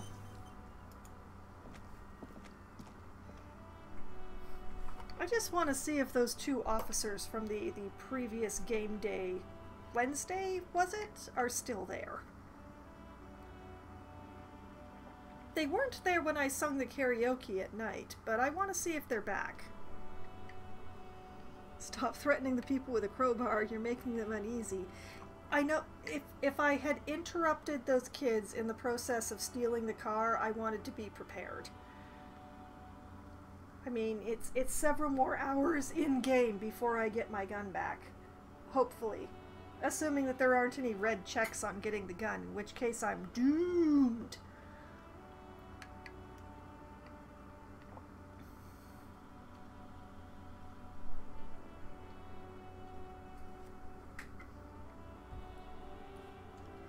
did I have reporting finding my badge on my list of things to remember?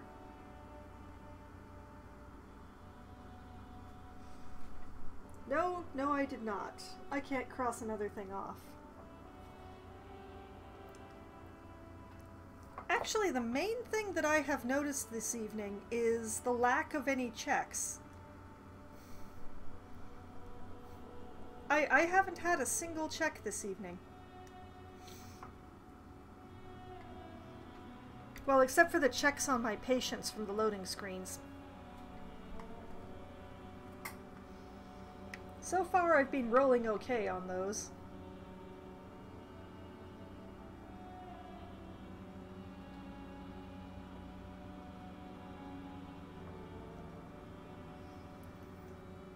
They haven't been the best rolls, but...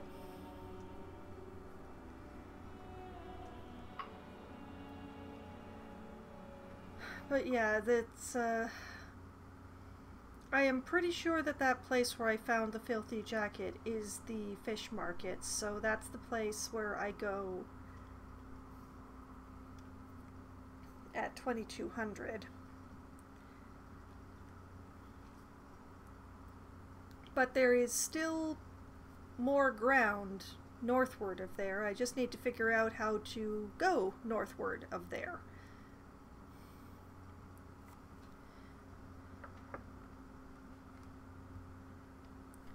But I haven't set foot in the whirling again since I sang karaoke the night before. So just putting my nose in, reminding them that I still exist. That sort of fun stuff.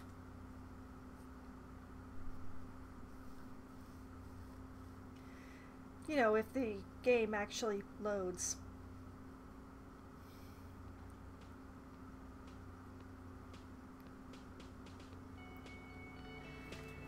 Well, here we are.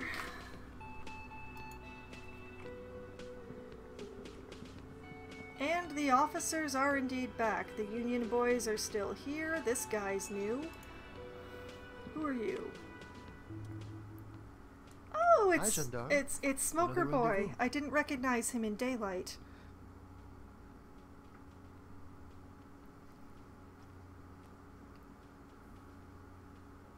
There he is again, the smoker on the balcony, right here in the whirling in rags. Still hasn't done up his shirt.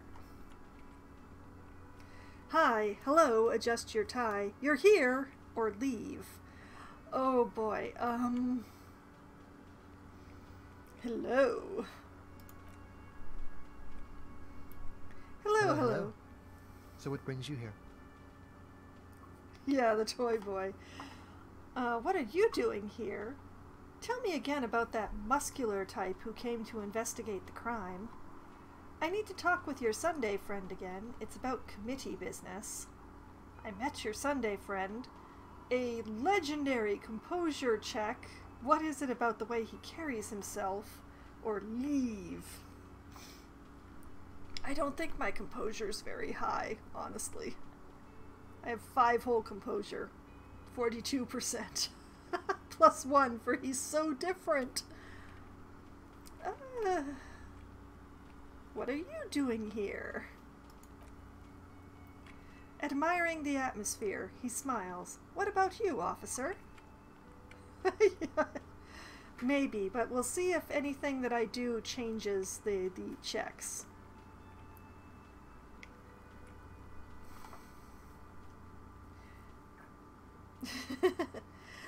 Yes, when I opened up the Discord to the public, I added the Discord invite link to the timer. So now when the timer goes off, it will switch between the Discord invite link and the usual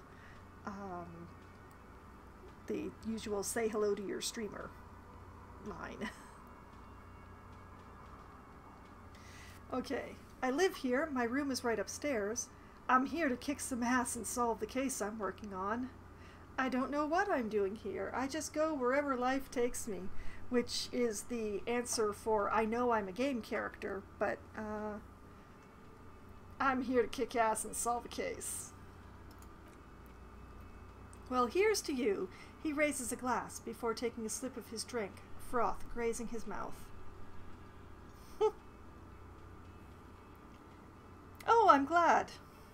I'm glad that someone is reading them. I spend more time than I probably should typing them up in the Discord there. I do have another one that I played today that I haven't written a review of yet, which I should hopefully get to sometime tonight after the stream. I'm not sure exactly how much after the stream, but yeah, there'll be another one. Tell me again about the muscular type who came to investigate the crime.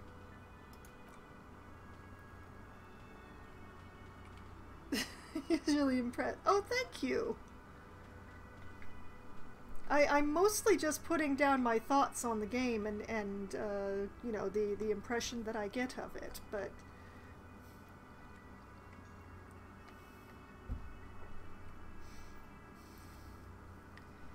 Alright, the muscular type who came to investigate the crime. Oh yes, let's see. He knocked on my door a few days after the lynching. I think he was going through the entire building, asking questions. What did you tell him? What did he look like? Was he alone? Besides muscular, did he have any other identifying traits? Or thanks for the information. What did he look like? Muscular, handsome. He shrugs nonchalantly. Strong, like one of those military types. Oh boy, it's the mercenary. Besides muscular, did he have any other identifying traits? Oh, let me think. He turns his eyes upward in recollection. He had an accent. He sounded like one of those mercenaries. He sounded vaguely orangese. He closes his eyes. No, not vaguely. Scratch that. He sounded definitely orangese. Oh boy. It's definitely the guy who's pretending to be the scab leader right now. Was he alone? Yes, but he was speaking to someone on his earpiece. His earpiece? What was he saying? What was he saying, since we know who we're talking about now? Just reporting back whatever I was telling him. What did you tell him? Nothing. That I didn't see anything. And he believed you? Did you tell him about your friend?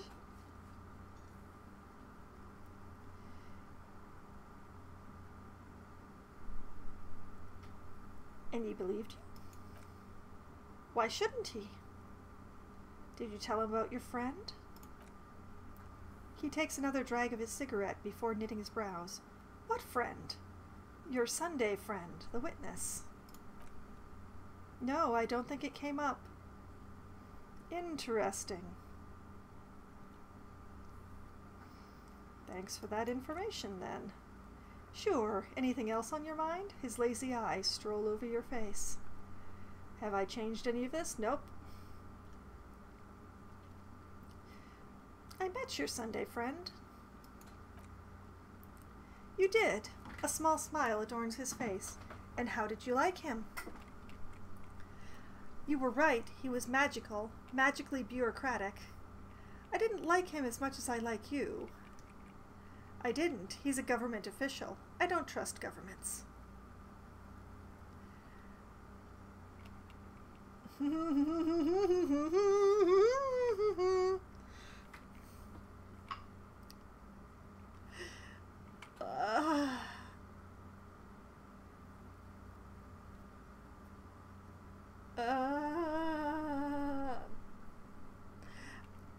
I know you really want the number one there, Ark, but I'm going for number 2.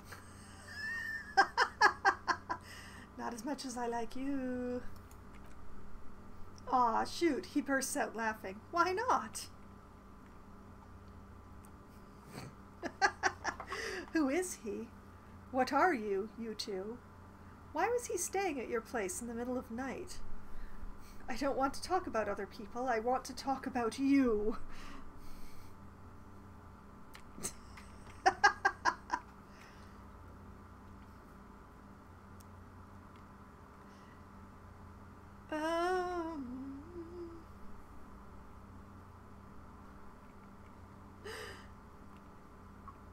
Now, why was he staying at your place in the middle of the night? He has keys, and he likes the view. He waves gently with his cigarette-holding hand. To the sea, I mean. Tell Kim you need like 2 minutes. You really sure that this post-alcoholic man would even be able to get it up, let alone last 2 minutes?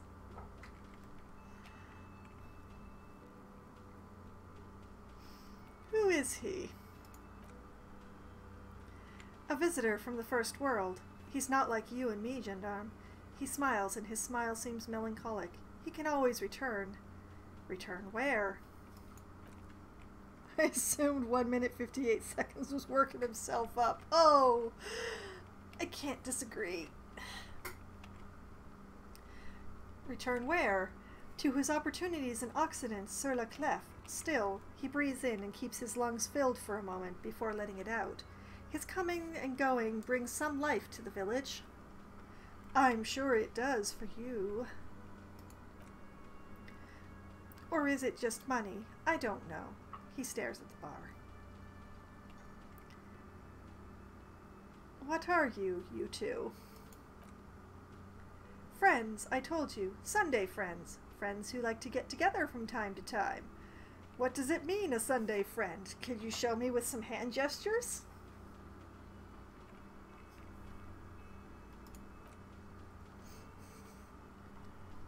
He sighs. Bet he won't be there when times get tough, I guess. Is that even a friend? It is, on Sundays. He smiles. I don't want to talk about other people. I want to talk about you. You. He hums. What about me, gendarme? Has that changed this? No, it has not. Hot dog eating pals. Only on Sundays. Well, you know, on Sundays, somebody likes to get to their knees.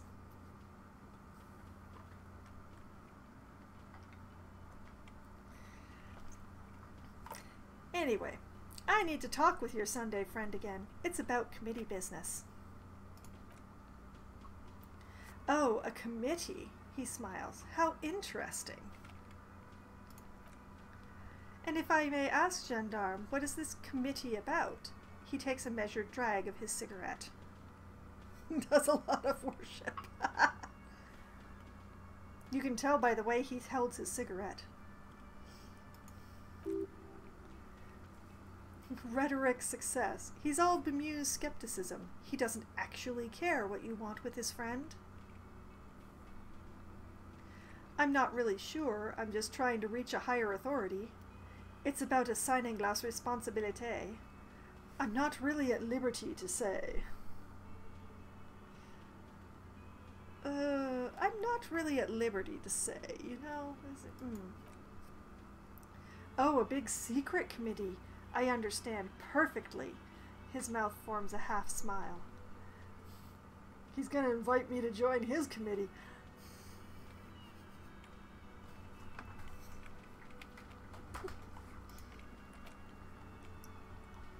In any case, I would love to help, but the thing is, I don't know where he is. We don't talk about everything, you see. He gently taps at the end of his cigarette with his forefinger. He might have mentioned something about making a tour of some historical sites up the coast, in an unofficial capacity, of course. Do you know when he'll be back? Or I guess I'll have to look for him along the coast. I guess I'll have to look for him. I guess you will. He tips his head ever so slightly toward you. Okay. Composure, legendary challenge, 42% with a +1 for he's so different. Alright, we're gonna do this. This will be like the last major thing that I do this evening in this game. We will harass the other police officers next week. But for today, we will actually have a check in this stream. Here goes, 42% chance. Not looking great. Let's try it.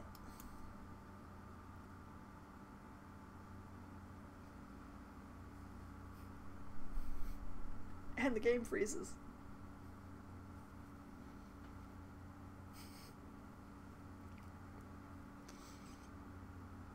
The game has frozen. I'm looking at the spinny cursor right now. I'm not sure if it's visible to the stream, but it's very visible to me. It succeeded! The game was so surprised at the roll, it froze. How much by the skin of my teeth did I get that? By the +1. I got it by the +1. Look at that.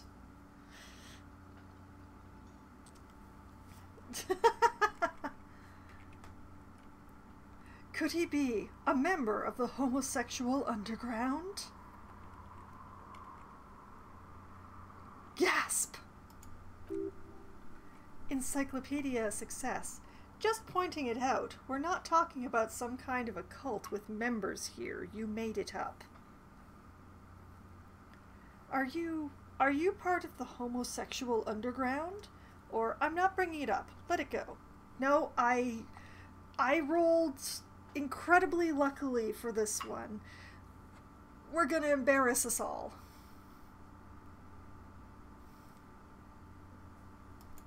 Bringing it up. All the way up. Like a flag. Waving in the breeze. It's June, baby!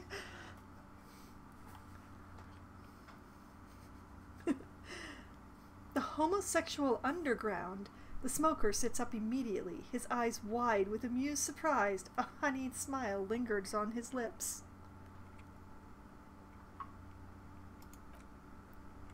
Why, yes I am, officer. Why do you want to investigate? Yes, I want to hear more about this homosexual underground you're part of, or no, I just wanted to know whether you were one of them. Tell me more. Kim, get in on this conversation.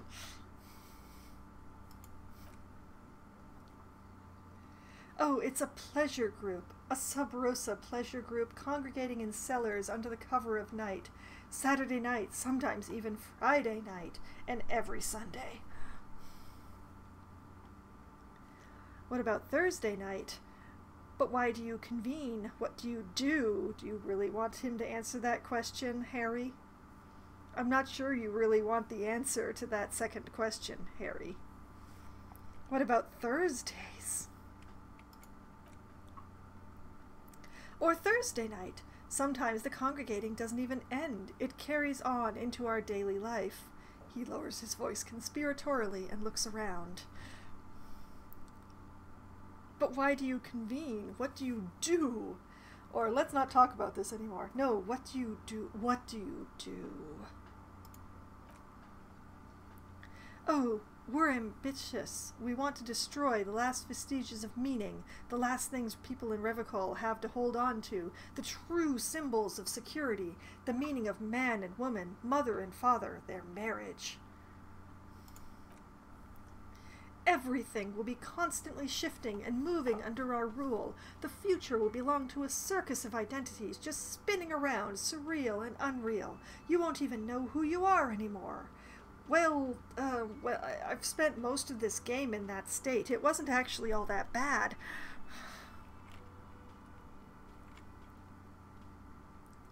But I like knowing who I am. Does it have anything to do with disco? Other questions. I had other questions. Really, try to back off.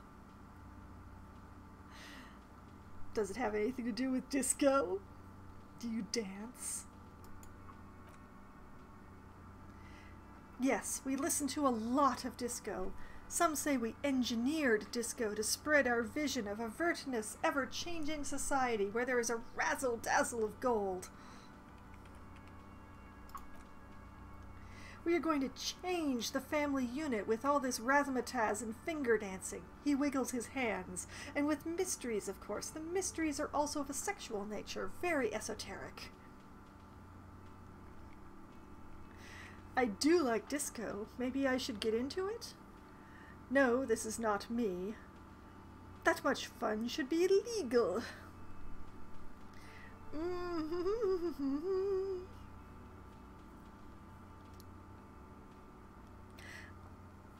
I do like disco. You can't just get into it. You have to be born into it. One is either already in the homosexual movement or forever excluded from it. What if I can't remember whether I'm in or not? What if I can't remember anything about my life, aside from the fact that I like disco? Or, okay, then I'm definitely not in.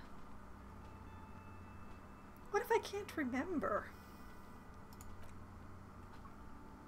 Beautiful! The smoker crawls up to you like an animal preparing to jump. Beautiful, that's exactly what we're looking for. Who knows, maybe you were homosexual in the past. Maybe all of that is being repressed. He circles his hands around you. Yeah, apparently he's clingy. I have to say that you do look like someone who might be part of the underground. You have that very distinctive, I can't understand what's going on here look. Okay, blink. Okay, I have to think about it. Or this is going to be like a 20-hour mind project for me. 20 hours at least.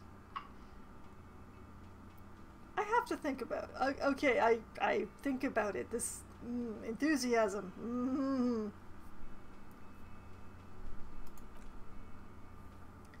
Do think about it, officer. He starts laughing and leans back against the counter.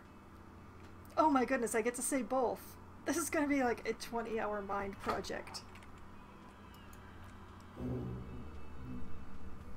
I've got a new thought. Absolutely wonderful. Conceptualization success. A man like you can figure out his sexuality in a working day. It won't be 20 hours unless you want to enter the heightened realms of the phantasme erotique afterwards. Then it may be 20 hours or more, but that would be on your own time. Alright. Thank you for all of this. I'm gonna go. Bye-bye, gendarme.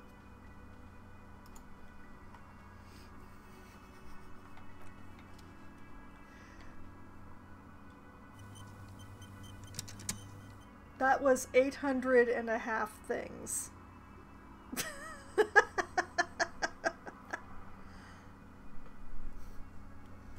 And another freeze.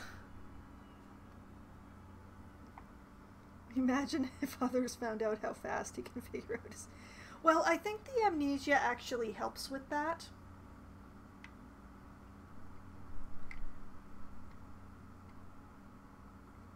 The game is so surprised it's frozen again.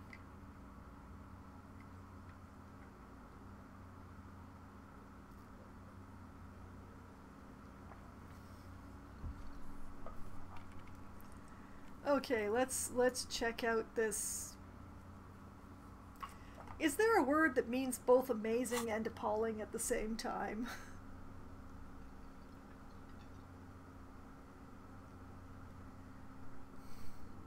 Alright, the homosexual underground. No research bonus. A research time of 8 hours. You see mysterious strangers in the night, leaning against unlit doorways, engaged in hushed conversation. A shadowy cabal exchanging looks, whispering in dark alleys and unmarked locales. A radical cell conspiring against the state, and perhaps even against man and woman. Was that a secret handshake? What's going on? Who are these secretive people? How will they accomplish their sinister and world-altering goals? And most importantly, are you one of them? You could be. Maybe you forgot.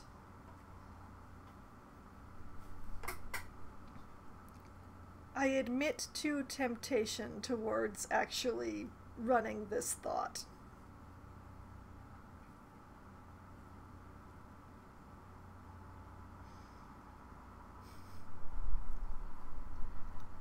There is great temptation within me. I'm not going to impulsively do it, though. I'm going to think about it for the week and come back with my decision next week. In the meantime, we've also got updated quest. Alright, take on la responsabilité. We have found the smoker on the balcony, whose name we still do not know, and he says that his Sunday friend has gone for a stroll along the coast, which is exactly what I was planning on doing, so maybe we'll run into him. Wouldn't that be nice? Depending on whether or not I've cooked that homosexual agenda thought. And another quest was finished, and I don't know which one it was. I'm not entirely certain if I care, as long as it's finished. You know, the active quest list is... The active quest list fits on a single page now. I don't have to scroll to see my active quests anymore. Life is good.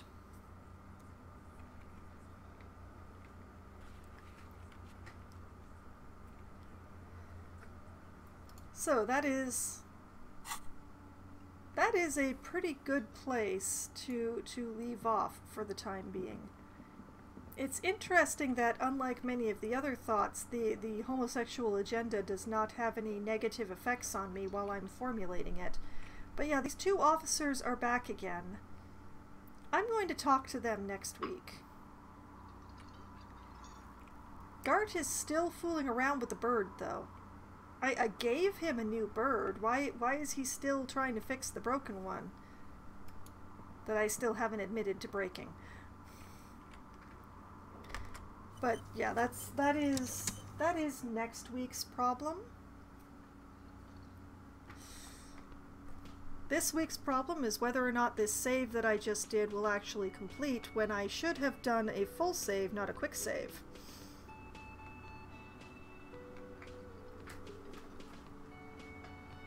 Probably did not want to put positives or negatives to the thought thinking about your sexuality. Well, no, it doesn't matter to me whether he's gay or not. I mean, it would make it easier to seduce Kim, but,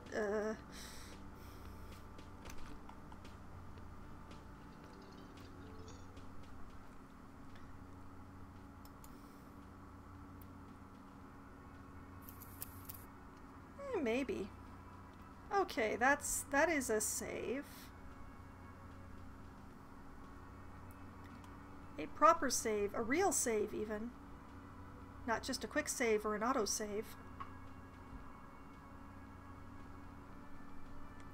They gave heavy racism to more than one character. That's the thing. While Measurehead is definitely the very extreme end of it, there is also a man whose very name is Racist Truck Driver, because we don't know his real name and we don't care.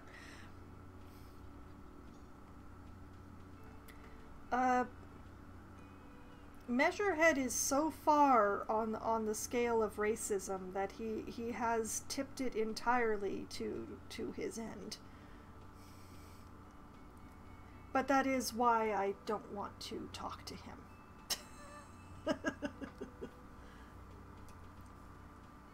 But as far as it goes, there is no reason for me to ever need to speak to him again. I have access to the harbor, and that is the only thing that he stood between me and any doing.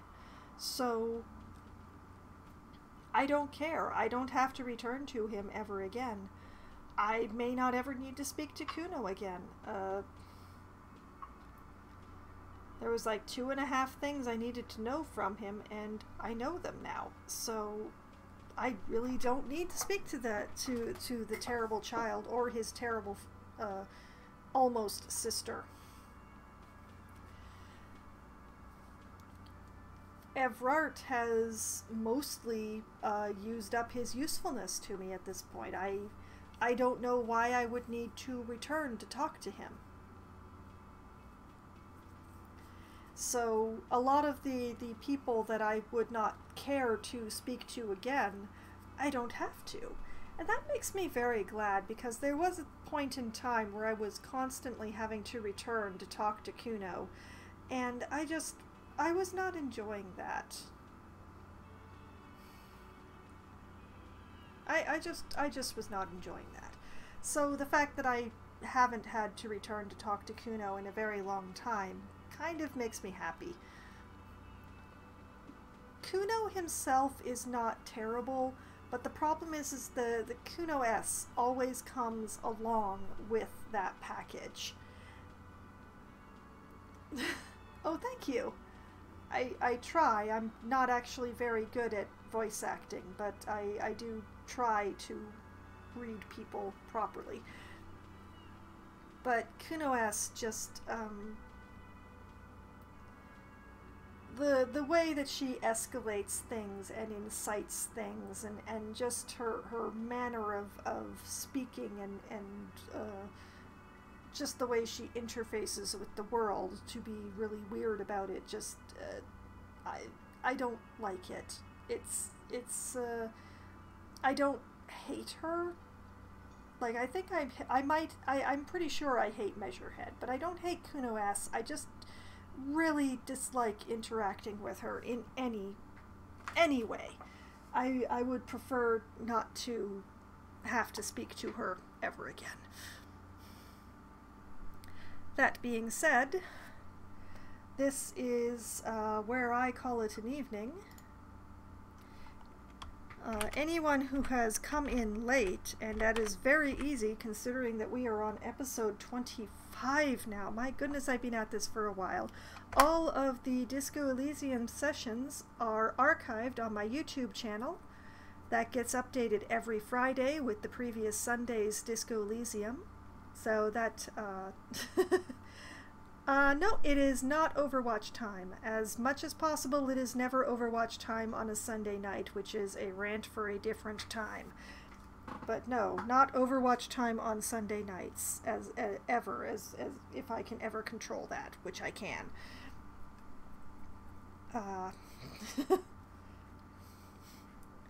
It may be Overwatch time for other people, but I don't want to play with them. In any case, where was I? Yes. I will be back again on Wednesday evening at as close to 7 p.m. as it is possible to bring together a bunch of writers to play Among Us with my local friends. And then I will be back again on Thursday evening at 7:30 p.m. for Try Not to Die Thursday, where I will be playing a game called Sunless Sea, where I will be playing as the captain of a ship exploring an underground ocean after, as far as the plot is concerned, the bats stole London and dragged it underground. It's a fairly Lovecraftian influenced game, so I'm expecting some more tentacles. No. Lost Epic last week was fun, but I don't want to play it 2 weeks in a row. I will go back to it at some point, but I definitely I'm gonna play some Sunless Sea for at least a week or a couple of weeks, at least a couple of weeks, maybe longer than that, and then I will, after a few weeks of Sunless Sea, I will switch games again, and we'll see what I switch to. Maybe I'll play another session of Lost Epic and then go to another game. Or maybe not. I don't know. I will decide when the time comes. I only plan one game into the future with the Try Not to Die Thursdays. So I don't want to play Lost Epic 2 weeks in a row because it's a little frustrating to die that much and keep losing progress. I did have fun, but I don't want to have that frustration 2 weeks in a row. That's all. So it will be Sunless Sea. It will be quite a different game.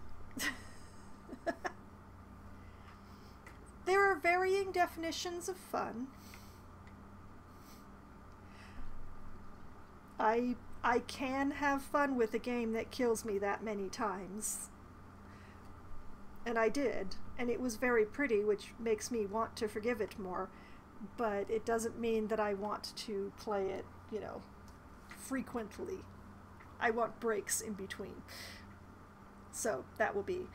And Disco Elysium will return on next Sunday at 10 p.m. Eastern Time, and I will speak to the 2 police officers and see if they have anything more to share with me than they did on the previous day when I spoke to them. Maybe if I tell them I found my badge, they'll be more forthcoming. Maybe. But we shall see. In the meantime, I hope that everyone had a great night. I certainly did. It was incredible fun reading the dialogue for the smoker on the balcony there. So everyone have a great night. Good night.